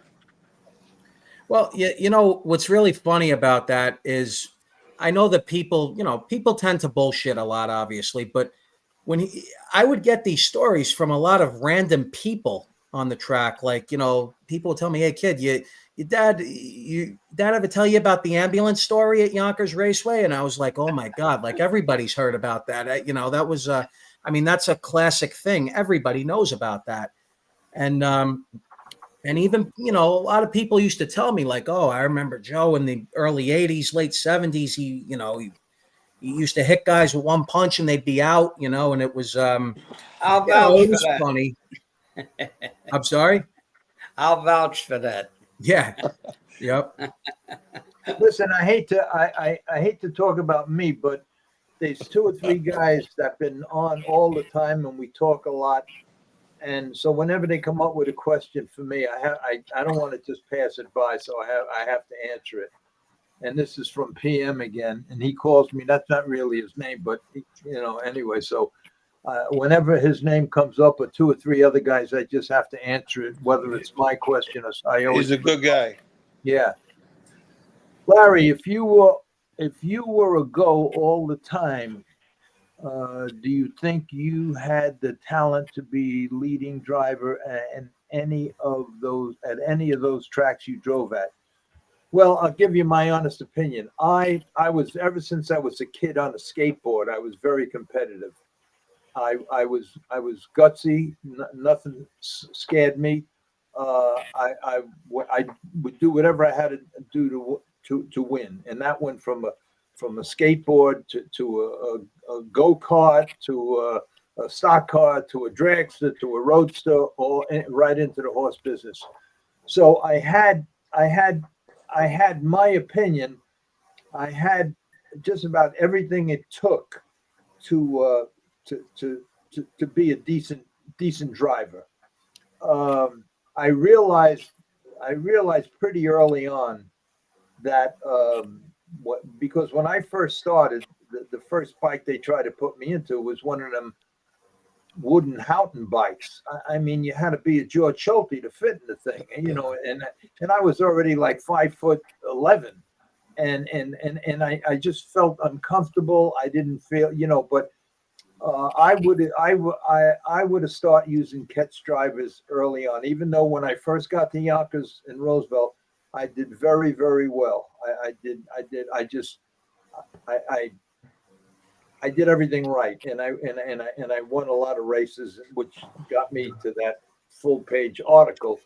And this was my first year driving as a P driver. I was the first P driver to ever drive at Yonkers and Roosevelt, and so I had everything it took. But I realized that that the weight, and I believed it anyway, that the weight mattered, and I just didn't feel comfortable in the bike. So as time went on, and more people everybody started using catch drivers.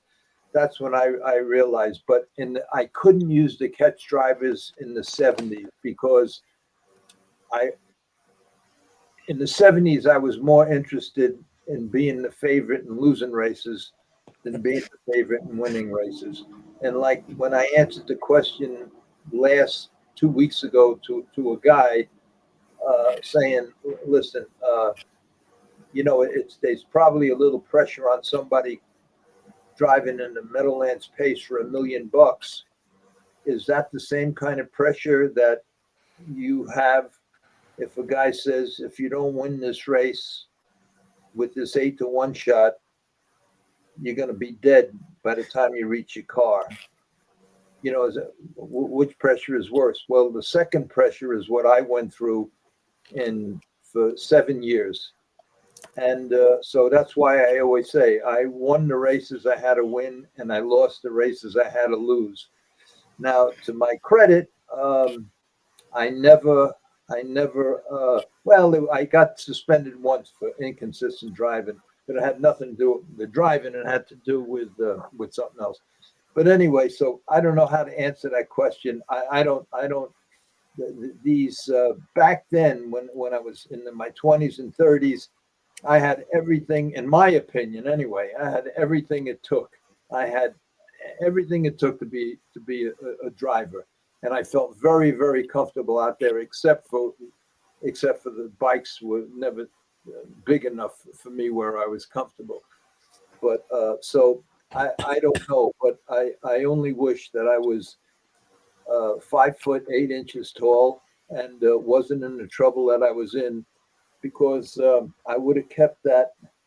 What I did in the first year I was at Yonkers and Roosevelt, I would have kept that going the rest of my life, and who knows what would have happened. But that's it. So anyway, that's the question.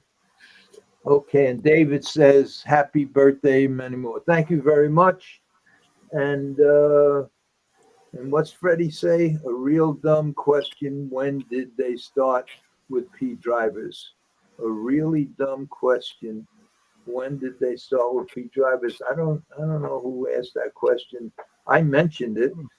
really nobody. I don't think anybody answered that question. But when I come down from Buffalo, I think it was 61. I don't even remember.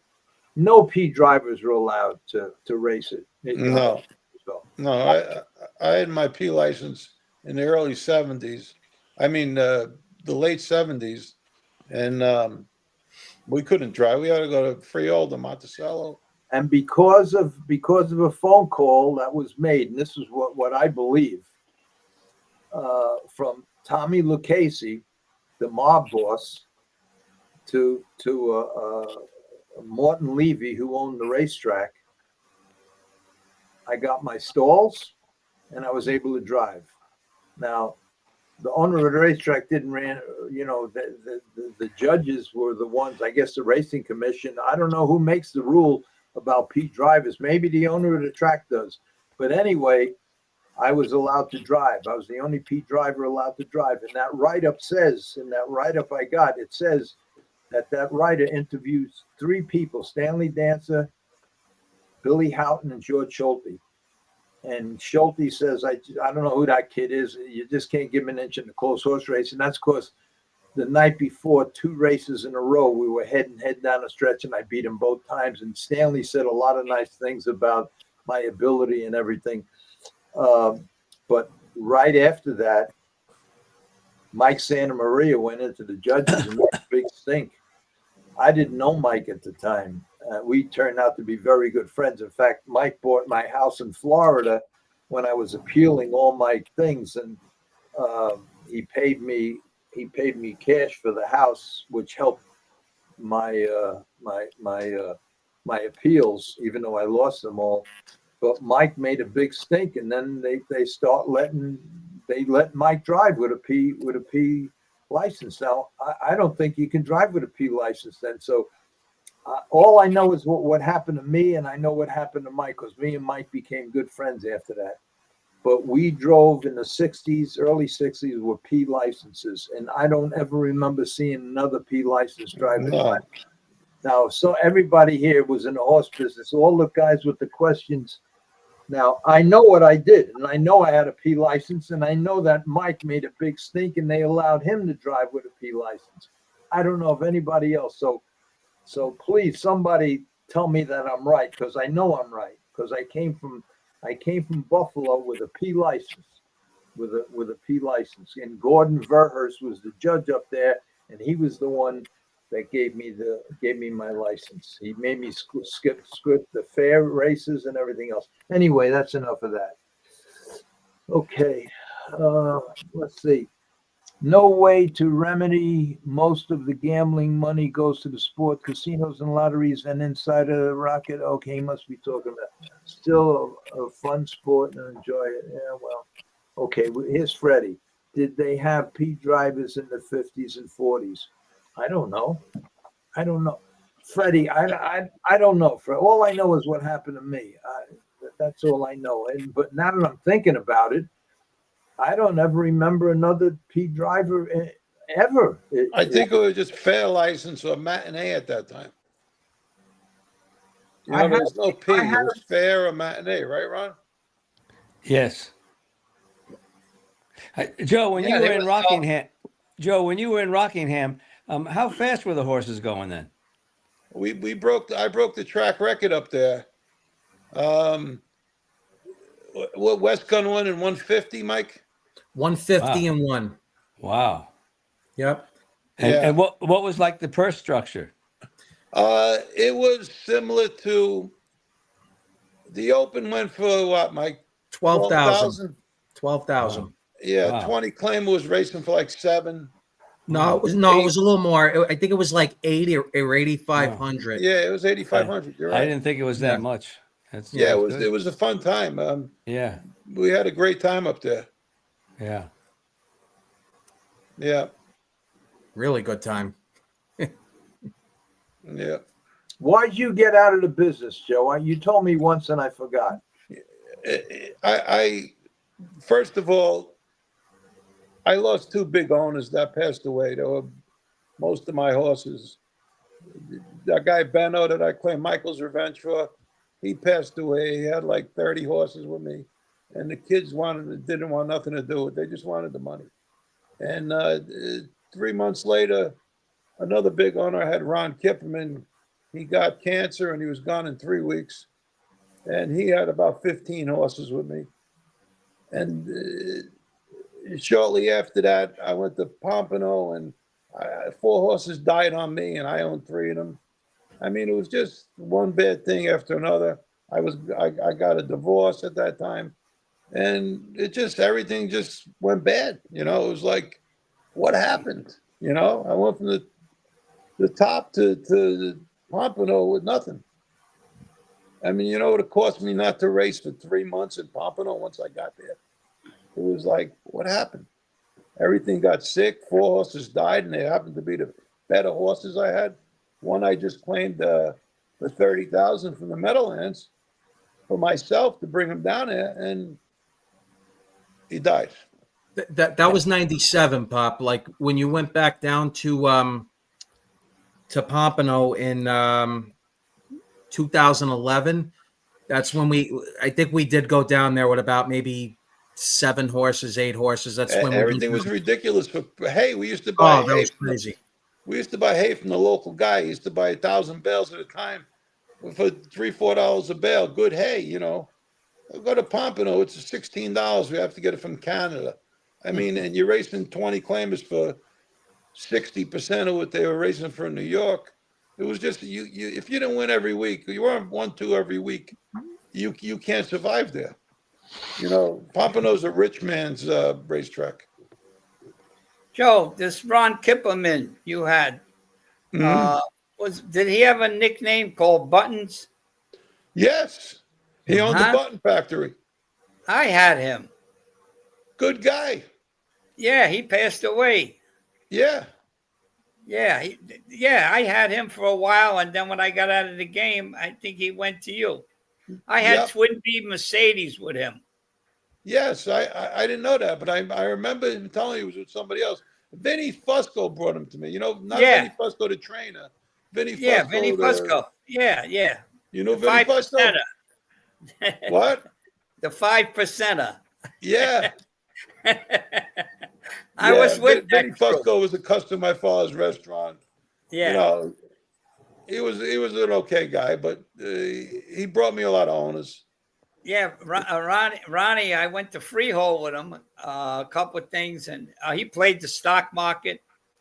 He made he had a formula for handicapping. Yeah, Ronnie's deal with me. Great guy. He would claim 1 20 claimer or better every month. At first, he started out with 4 horses, and he was with me for years. He would claim 1 20 claimer each month. So he says, find one for me every month. And that's what I did. I didn't know you had Ronnie. He smoked like a fiend. He smoked like chain smoked. I was in his Mercedes. I was in his Mercedes. He was calling his stockbroker. Yeah, he lived right over the New York, Connecticut border. Yeah, $10,000 in 1 minute he made. Yep. Buy, sell. Yeah, he's a great guy. I had him. Mike, Sundance is she used to work for me. She's on the show all the time. She first of all, she came over today to wish me a happy birthday, and she brought me a gift, all ice cream. It's all in a freezer. Nice. And she sent me a card. She gave me a card, and it's so true. It says, "Bad decisions make great stories." That's the card that she gave me. Thank you, Sundance. You do have some great stories, Larry. She asked, Sundance asked a question of you, Mike. She says, do you live and work in Newburgh? Is the school NFA still open? So I live in the town of Newburgh, but I don't work in Newburgh. NFA is still open. I never went to NFA though, but that school is still here and they're still around. Hi, by the way, Sundance. Okay, Freddie Hudson announcement. It looks like we will be doing another Roosevelt Raceway reunion at the Meadowlands. Details being worked out. Wow. Oh, great. Wow. Am I invited or am I barred? Why would you be barred? I'm only kidding. If I'll it was a probably- Goshen reunion, I'd be barred. Maybe I'll go to this one. Maybe I'll go with you. I went to my friend dragged me there, and that's the one I wound up having dinner with John Campbell. Campbell and O'Donnell. Yeah, they invited me up to their table. Okay, Freddie Hudson says invited. Okay, invited. I guess so. Everybody's invited. Cool. All right, Michael, you're a very, very interesting guy. Thank you, Larry. Very bright guy, very brilliant guy too. I only wish that you lived closer, but I may one day drive up to see you on a Sunday. Absolutely, Larry. You just tell me when. I'm going to tell you the reason why. See this book? I sent Yeah. your father this book. Now, for him to read it and then send it to you would be too long. If I don't have to do anything, I'm trying to think. I know I have to go to a 75th wedding anniversary Saturday, but I would like to come up to your place and just have spend a couple hours with you and go through this whole thing. I would love to do it, Larry. And because you spend enough years in the business, you're a pretty sharp kid. And because I sent this to your father, and I want his honest opinion. He's of all the horsemen I would give it to, he's the one I picked. He's the one I picked, and I kept this to myself for a long, long time. But I sent it to him. Thank you, Larry. Before I go any further, and I'm still working on this all the time. I'm just research after research after research. I have the scientists sending me boxes of stuff that I'm testing and this. I'm doing a lot to make sure that I don't embarrass myself, because this could be something that might be that they might make mandatory for every horse that races. And we get 10%, Mike, so don't worry about it. Oh, yeah. I don't care. All I want is enough to pay my house. So All right, Eddie, Ron. So Don't forget Anthony in Italy.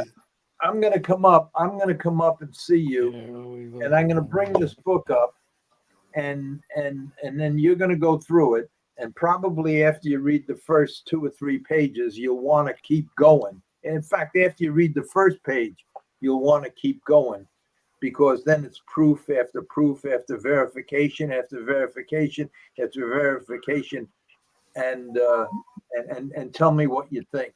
I would be happy to do it, Larry. You just let me know when, and we'll set it up. So far, up until just recently, I kept this to myself. I always been thinking about this since the early days at Hialeah when I raced there. That's when this come about, and from then until now, I was able to fix anything pertaining to horses. There was only one horse I couldn't fix.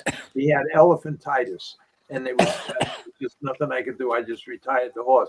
But outside of that, I was pretty successful with every other horse that had a problem.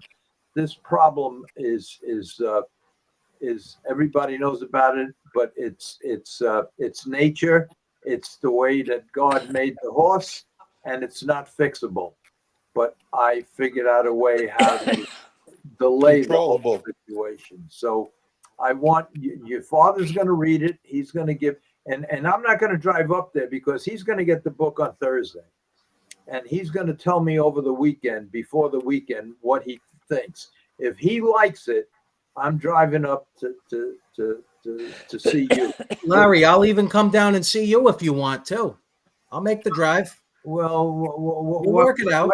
But we first got, because if Joe says to me, I don't know, and I want all the negative stuff.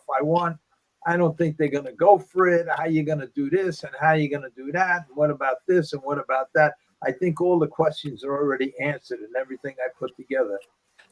But if for some reason, and I'm serious about this, if for some reason, because after the first step is getting this thing patented, which I'm talking to, you know who the patent attorney I got? You know who it is? It's Richie LaCava's son.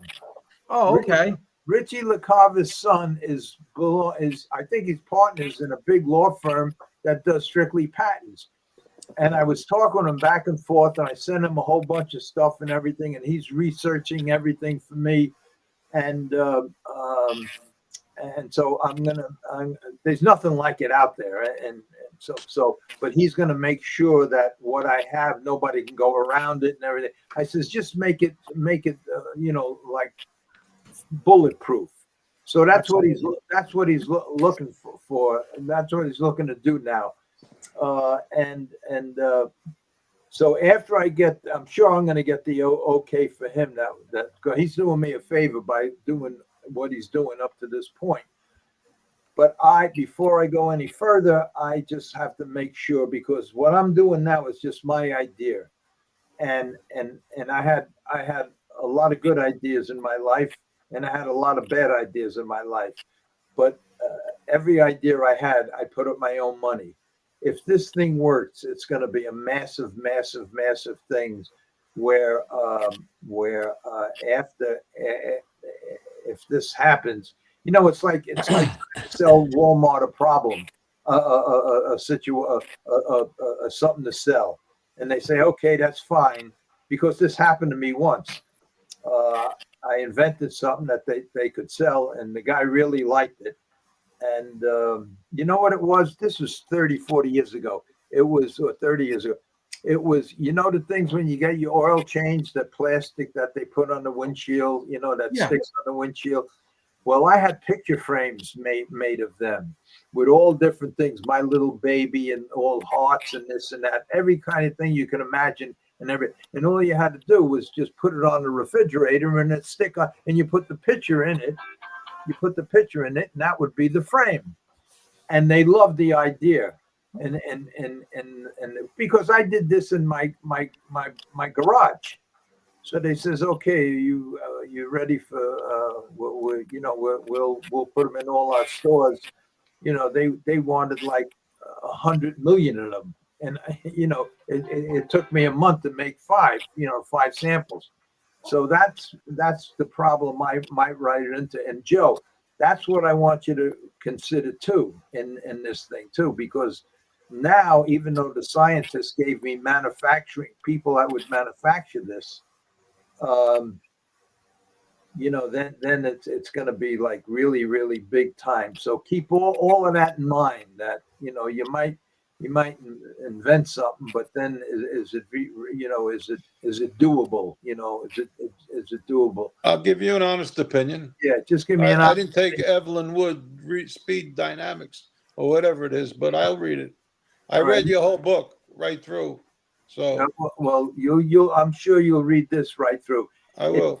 And also, it might be a little,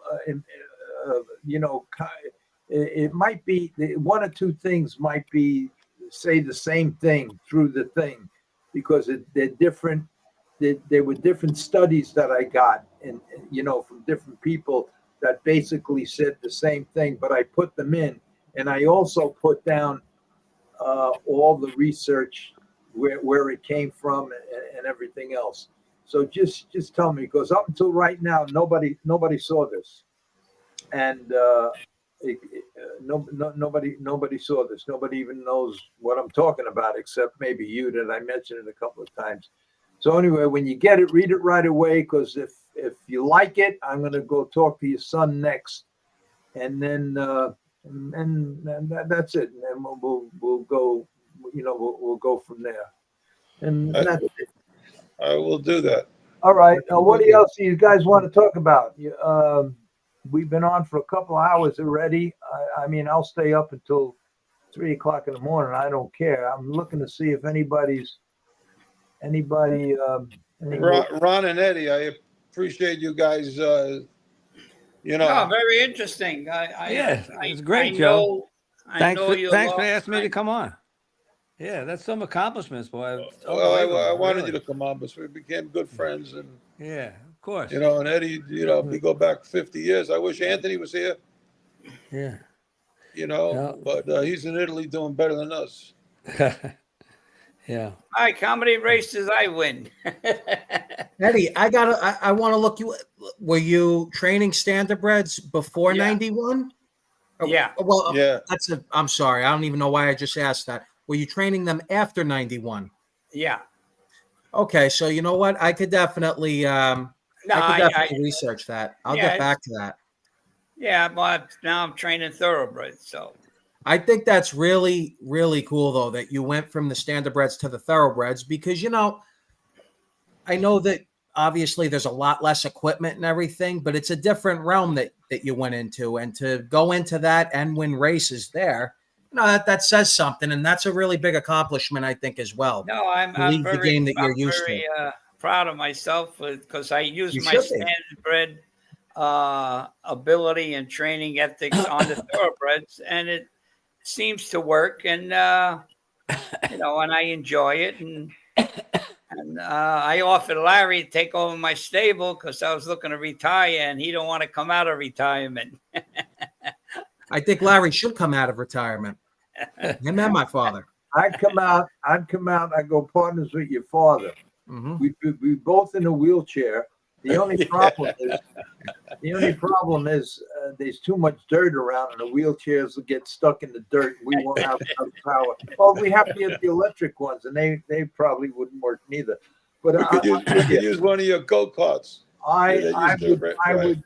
That Yeah. that was the second love of my life. That racing horses, and I got barred in '84 for failing to cooperate during an investigation. That's what stopped me. And not that I did anything wrong. For that, they got me for I wouldn't give up 4 guys. So Don't get me sick over that story. I just So how I anyway, feel. so but I would love to do that because since then, me too. I've made and lost millions and millions of dollars. I made it with the furniture company, with the construction company, with everything that I just started. And because of my work ethics, I built it. But because I didn't really know the business, I hired all the right people, but I didn't know the business. I got chopped up pretty good, and I wound up losing every one. But that could have never happened to me in the horse business. And now that it's basically over, where the hell am I going? I'm 85 now. Your father is 72, right? No, don't 71, take 5 years away. I'm 67. 67. All right, I feel like I'm 75. we're just too old. I wish I was in Ron shape. I'd still be. I would love to have a horse again. I just can't imagine me going through life and never owning a horse again. But I can't see myself driving to the Meadowlands, and my wife would never go to the Meadowlands. Ron, So if I me and told my her- son hook up, I'm sure you'd be our first owner. I said to my wife the other day, I said I'm thinking about going and seeing Eddie, and when we get home from Florida in April, and maybe getting a horse with Eddie if he would consider it. She came off the couch like she was shot out of a cannon. She said, "You got to be kidding me! You're going to buy a horse at your age?" I said, "Yes, I am." So Eddie, in April or May, I want to call you, make an appointment with you, maybe come Doors see you open. during the week or a Saturday and Anytime. see. Anytime. Thank you. And my wife would love it too, because I told her that the thoroughbreds race during the day. You're only 20 minutes from my house. I live in Woodbury. Yeah. And that I could bring my granddaughter there to see it, to race, Oh, and she would definitely. love it. So I think, like I said, if I'd like to make an appointment with you in May, come to see you and see what we could do. Did you ever that'll have be a thoroughbred run? Yes, I did. I claimed a horse off of Jerry Pacino. Was it with Louis when he went to the thoroughbreds? No, I was a trainer in Florida called Danny Hertag. I don't know. I don't He know was nothing about in those thoroughbreds, days really. he was like the leading trainer for training horses there. We claimed this horse off of Jerry, and I'll tell you right now, it was a mistake, because Jerry has certain things he does, and the horse, I think maybe we got a third with him or something like that. Yeah, But his father was a I witch raced doctor. for Jerry a long time. Jerry was yeah, pretty sharp. he had an open trotter in Pompano called Hobo Joe. Yeah. He had 2 bow tenders. They were like they were so size of stovepipes. You can He shoot raced an every arrow. week. Yeah, every week he won with them, and I don't know what he did, but he kept that horse going good. But you know, Jerry Yeah, was a nice guy. He was one of my first customers in yeah, I was 1970. on the truck that time.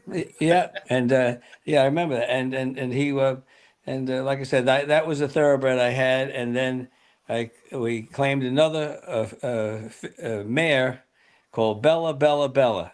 That horse won 5 straight. We claimed it, and it lost 5 straight.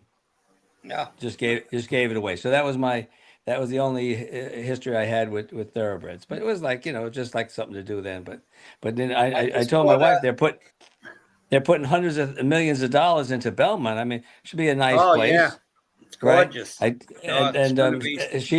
she's seen Eddie on the show, and I've never met Eddie in person, but I have confidence in knowing what kind of person he is, and he has that dual knowledge of the standardbreds with the harness horses, which to me is invaluable.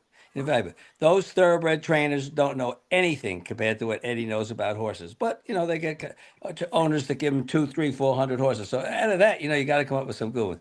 But like I said, God willing, when I get home from Florida, I'll call Eddie, make an appointment, and let him pick me out a nice, good horse, though. Yeah, You know, I just because bought a horse on the. They had a sale on the digital for 26,000. A 2-year-old. Nice fill. She worked a quarter in. What the hell did she work?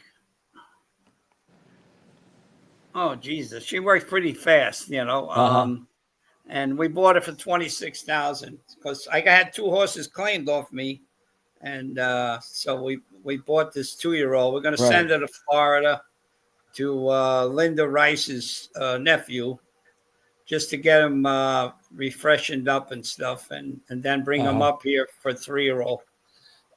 Yeah, But it's a nice filly, and I'm going to claim, I think, 1 or 2 or 3 if I can find something worth it. You know.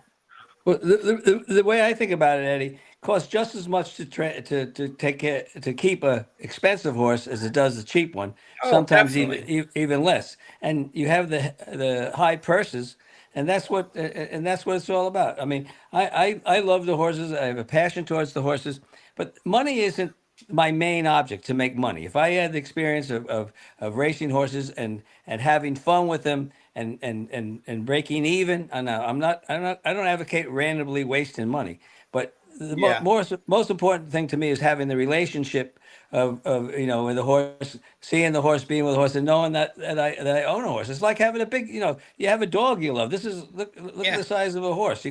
There's nothing like owning a racehorse. My father-in-law used to say, it gives you tomorrow. There's nothing like it. When you get bit by the bug, forget it. It's over. That's all you can think about. That's for sure. And you can Well, think about it. I don't you know, I don't brag or nothing, but so far, thank God, if I stay healthy, this one owner has been with me 4 years. He's made close to $1 million. Wow. Another guy. Maybe I should come see you before April. Another guy made 680,000. When I tell somebody, your initial investment is your start of your profit. And so far, I lived up to my standards. Like I said, I compete with the best trainers in the world, you know, and to compete against them is such a pleasure, to beat them, because anybody could take a good horse and look good. Take horses like Joe had, and like I had, and Larry had. That's right. And make them not champions, but racehorses, and win. So you take a lot of pride in it, you know. So It's a good feeling. A good feeling. Yes, it is. And to take a 2-year-old, that it's just like raising a child. You know, he's got to crawl before he walks, and then you go right up the ladder, and it takes time and knowledge, and you know, so and it's great to get him in the gate, and when that gate springs, right, and you run 1-2 on your first crack out of the box, man, you say, wow, you know, it's exciting. It really is. Yeah. So I wish I'm sure when it you is. come up in May, I'll be more than happy. Thank you. I appreciate that. Thank you. You're so welcome. Well, we need another hookup for Eddie. Well, good for Eddie. You couldn't be with a better guy, I'll tell you that. I know You a know, lot it's of guys. funny, I know a Ron. lot of guys in the thoroughbred business and even in the standardbred business too. Very few have Eddie's personality and knowledge. He's just a generally good guy and do anything for you. So that's as much as I could say about Eddie. Thank you, Yeah. Larry. You don't Thank you. I agree with that. You don't even have to worry about him doing the right thing. You could whether it just works tell you could just tell by listening to Eddie that he's always thinking about things that people say. So I know that he's always thinking about his horses and what he can do for them, make them better, make them achieve more. And that's the type of person that you want to train horses for you. And like I said, having that standardbred knowledge to me is invaluable. It really is. And That's a home run. yes, it is. Mike, are you married? I'm engaged. I just got engaged a couple of months ago. Wow. Congratulations. Thank you. Salud. Thank you so Yeah. much, guys. Thank you. It'll be your first marriage? Yes. Yeah, And hopefully it'll be the only, I think it's going to be the only marriage. She's great. All right. God bless. Beautiful. that's the way to be, Mike. Yep. Yeah. She's great. You got Turns a out the great best girl. one. You got a great girl. And I'll tell you right now too, she loves the horses and she really wants to see me get back into it. So, Wow. that's a big plus. That's not even going to, there won't be a debate there because she wants me to do it. She Yeah. must like her father-in-law. What Yeah, do you get back into it? Harness racing? absolutely. Joe, we go back a long way, Jojo. Yes, Dang. sir, Eddie. Yeah. A lot of fun, a lot of time, You've good been time. smiling from the day I met you to today. You always got a smile and a positive personality. Mike, Always well, laughing, telling stories.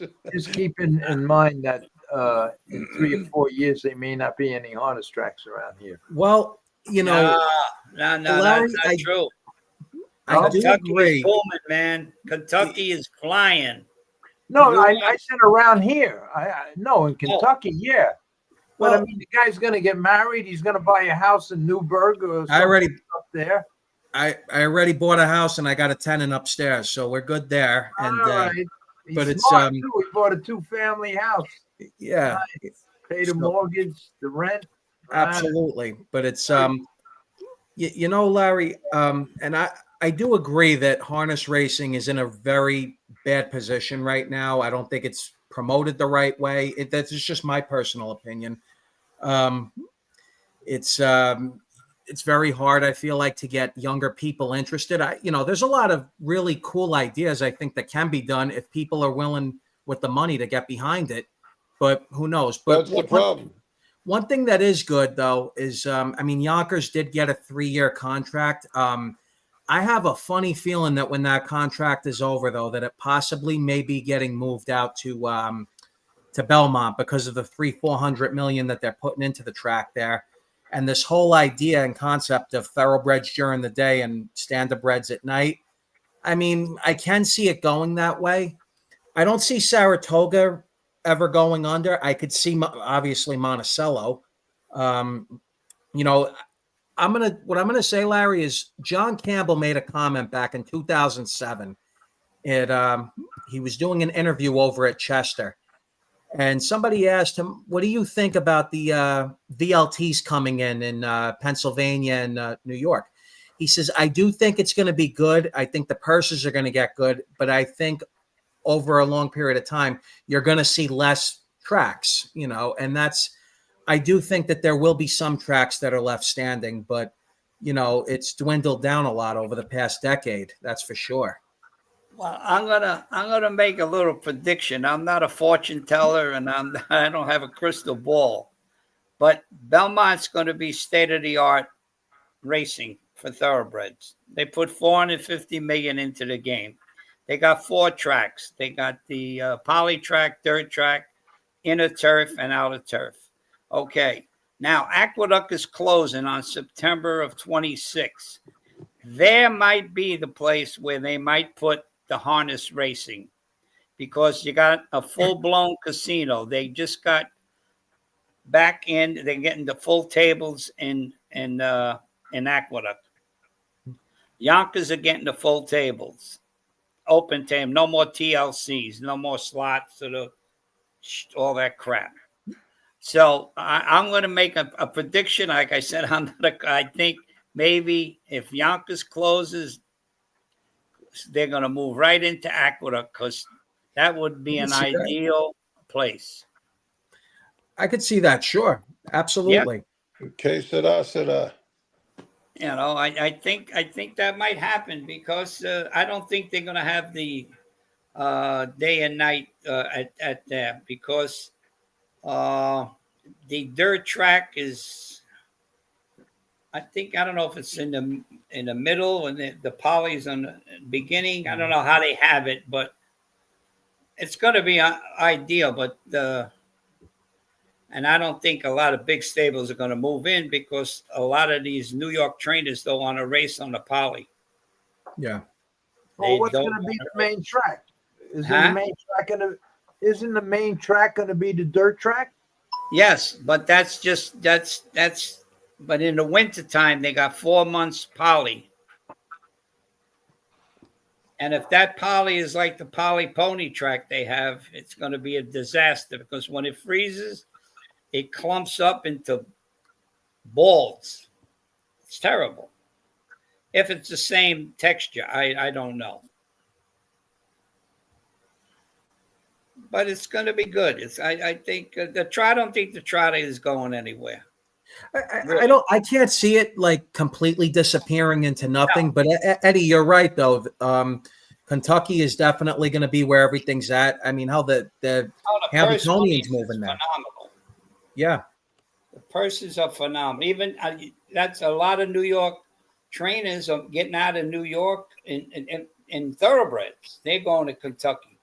I mean, they had a maiden special weight in Kentucky, 170,000. That's the purse for maiden special weight in Kentucky? Yeah.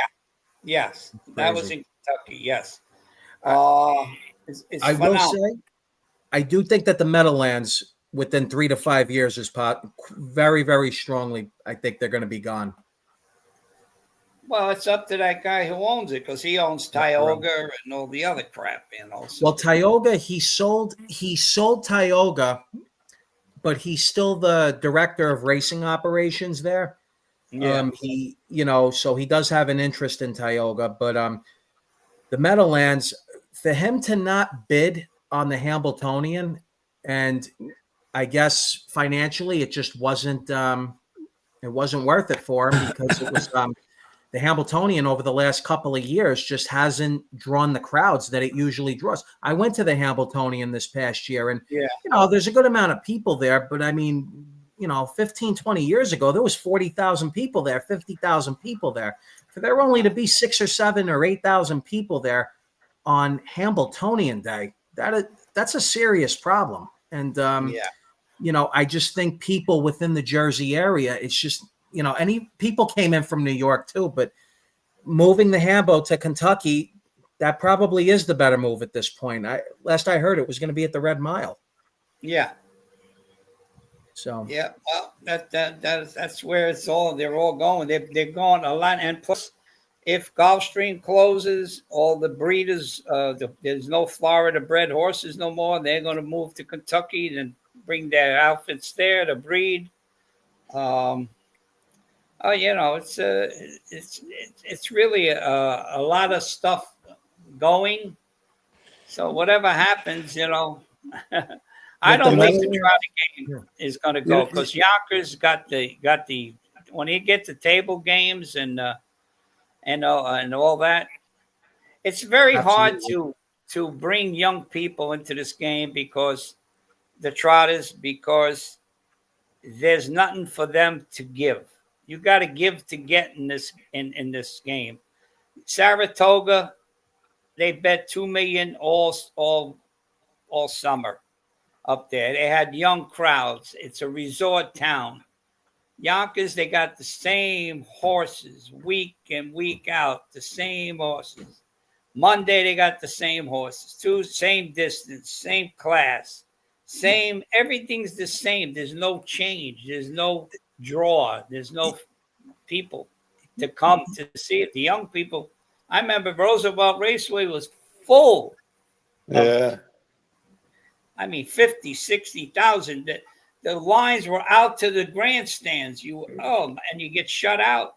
You ought to get online the minute the last race went off. Yeah. You know something, Eddie? Before we even spoke about Michael coming on the show, you know what he asked me about 3 weeks ago? And I said, yeah, no problem. He says, Pop, he says, you think that you could hook me up with Eddie, that I could spend a day with him at the Thoroughbreds? Was I really be interested in seeing how that business is? Remember, Mike, we were talking about Absolutely. I said, I'll talk to Eddie, he'll do that. So yeah, I guess I'll ask you now, Eddie, at some point. I thought you met that other guy on Thursday, Mike, or whatever. At some point, I would like to come by and just, see how you run things and, how the thoroughbred business works, because I know zero about thoroughbreds. I'm going to tell you something, my man.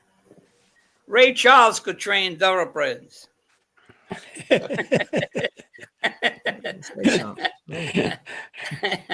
It's Larry loves to say this. Blinkers on, blinkers off. I'm going to tell you the only good thing when I had both Standardbreds and Thoroughbreds at the same time. The only good thing that in all my years, and it's been 65 years now, maybe more, 70, that I've been around. And I mean, I've been around. Like I said, I don't go to beaches. I don't play golf. I'm around all the time. Never heard anybody mention what I'm going to mention right now. And the only thing I give, and that's when I made, in fact, what I'm going to tell you now, Gilmore offered me $1,000 if I would ship this harness that I made to him. And he can keep it for a month, and he was going to have one made. But anyway, here's the only thing that I learned from the Thoroughbreds. When I went to the Thoroughbreds, in the beginning, when you put a harness on a Standardbred horse, you just put the harness on.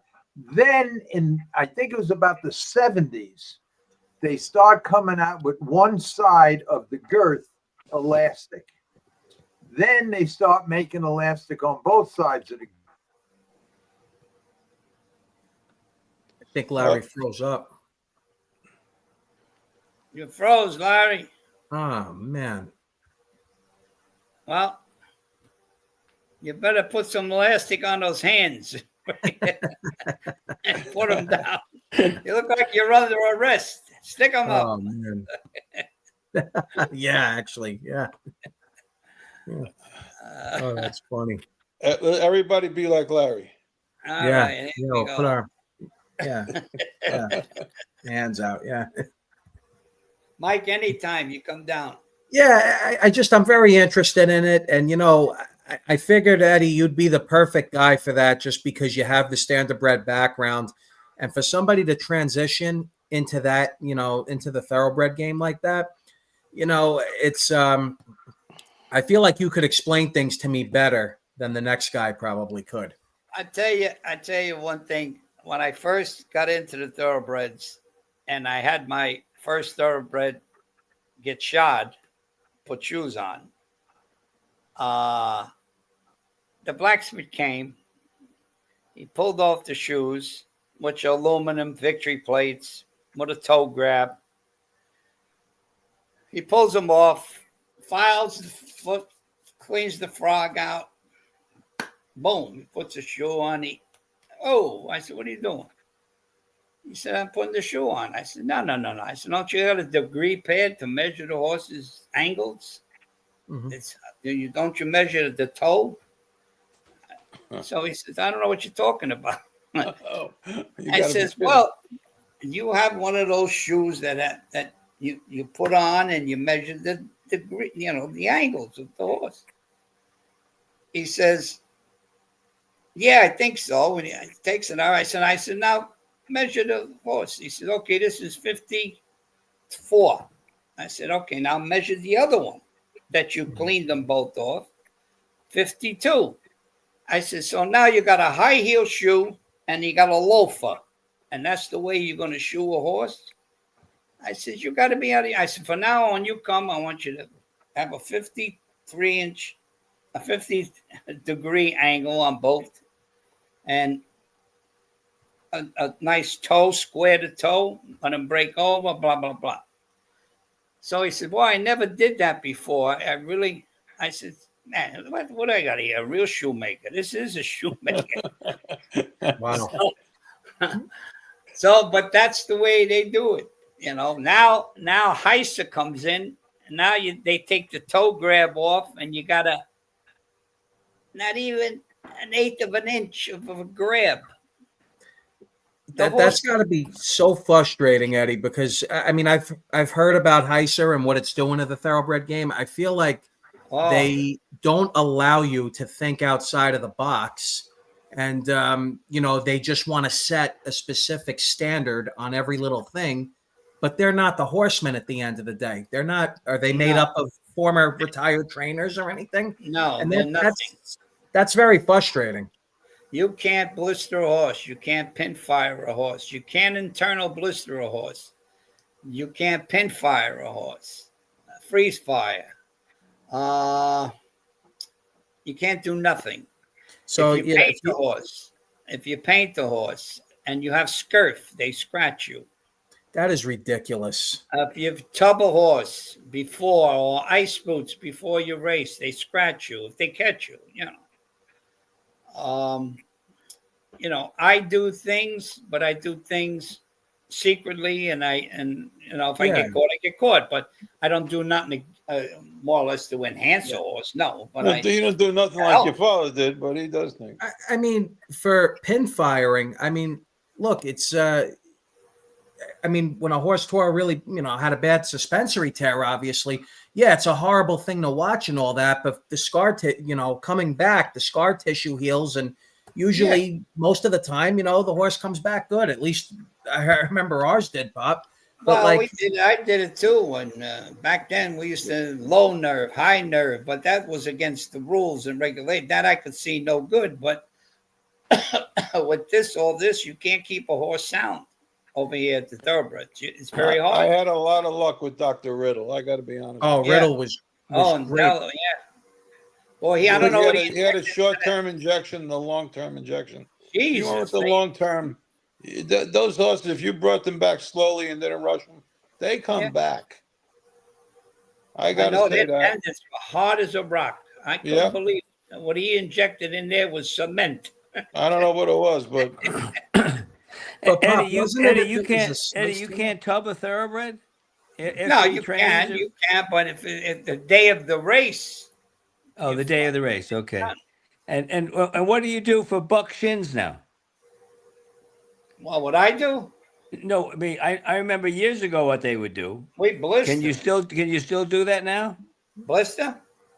Well, whatever you do to correct it. Yeah, blistering. I do, but you're not allowed to. Oh, you're not allowed. Okay. No, I blister the shit out of them. I don't give a shit. And when they come in and say, "Well, how come you got? What do you got a blister?" I said, "No. That's a salt infection." His legs blew up like fuck you.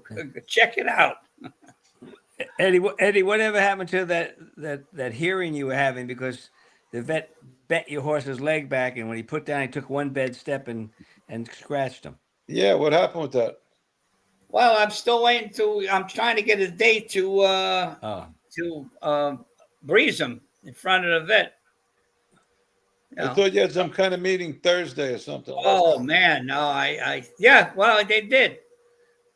She came, took the horse out.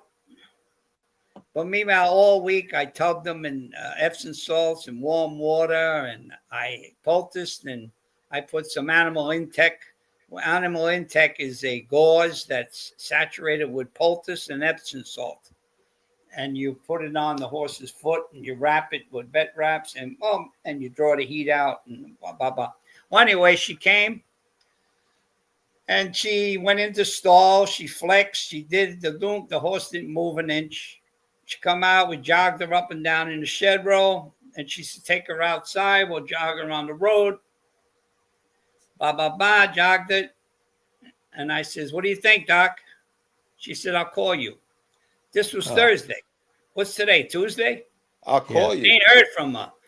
I called her. I texted her. I says, I want to know the evaluation of my horse so I can get an appointment to breeze. She has no evaluation because there's nothing wrong with her. Castellano told her, why are you scratching this horse? The horse is fine. And she says, you can't overpower me. I'm the vet. Get off the horse. Horse is scratched. My 2-year-old. Sounds Don't like a give you nice an lady. answer. After checking her out the second time, they can't give you their opinion. It's obvious. Because she has no opinion. She can't. I told her, I said, I'm going to prove to you that you are so wrong. And you come here. I wanted to come the day after she was scratched. But she said, no, I'm going to Saratoga. I have to go up there. I said, well, when you coming back? She said, Larry Rolla. Yeah, Larry, what's up? My computer is screwed up. I know you can't hear me. You're going to have to close the show out because I can't get back on. I don't know how to do this. So what do I do? no, you don't do that. Let me just tell you. Just say good night to everybody. Finish you can't see me. No. And you can't hear me. Only on the phone. Right. So after you get done talking, let everybody know that my computer got jammed up. I don't know how to fix it. We could hear you, Larry. Everybody could hear you. So do Go ahead, what you yeah. gotta do. Close it. All right, we'll just sign out. Okay. All right. When you get done talking, just say, okay, Larry, because I could hear you. Just say, when you're all done, say, okay, Larry, end the show, and then I'll end it. Okay, well, we're going to end it now because it's Hey, after Larry, 10. everybody could hear you. I wanted to thank you for dedicating the show to me and having my son on. So we appreciate that. Ronnie and Eddie, we thank you. Yeah, well, thanks for You're asking so me. welcome. I appreciate it. Larry, Nice meeting thank you for Mike. having me. Thank you Yeah. for having me, gentlemen. It was a pleasure meeting you. Yes, it was nice really meeting enjoyed you, it. Mike. Mikey, whenever you're ready, just text your father for my number and you come down. We'll have lunch. We'll come early Absolutely, in the Eddie. morning and then you spend the whole day. I'll take you to the races. We'll go to the jockey's room and we'll do anything you want. Awesome. Wow. I'm looking forward to it, Eddie. Thank Thank you. Okay, you. buddy. All right. And happy Be birthday, safe. by the way. Thank you. And Larry, happy birthday to you again. And Yes, Anthony's Larry. birthday tomorrow too. All and right. Italy. We're Who's? going to sign off. Anthony. Larry was signing off. Ronnie, I'll talk to you. Okay, Ronnie. take care. Eddie, Joe. good night. Thanks, man. Congratulations Take care, on all guys. your accomplishments, Joe. It was Thank very you. impressive. Thank you very Hey, much. Joe. And nice meeting you, Mike. Nice meeting you, Joe, Ron. make sure Pleasure. Yeah, make sure and you I'll call me talk up to you, Eddie. about All right. that book he sent you. What? Okay. You guys take Joe, care make now. sure Have, you have a tell good me about evening. that book he Gentlemen, sent have you. a nice night. All right. Take care, everybody.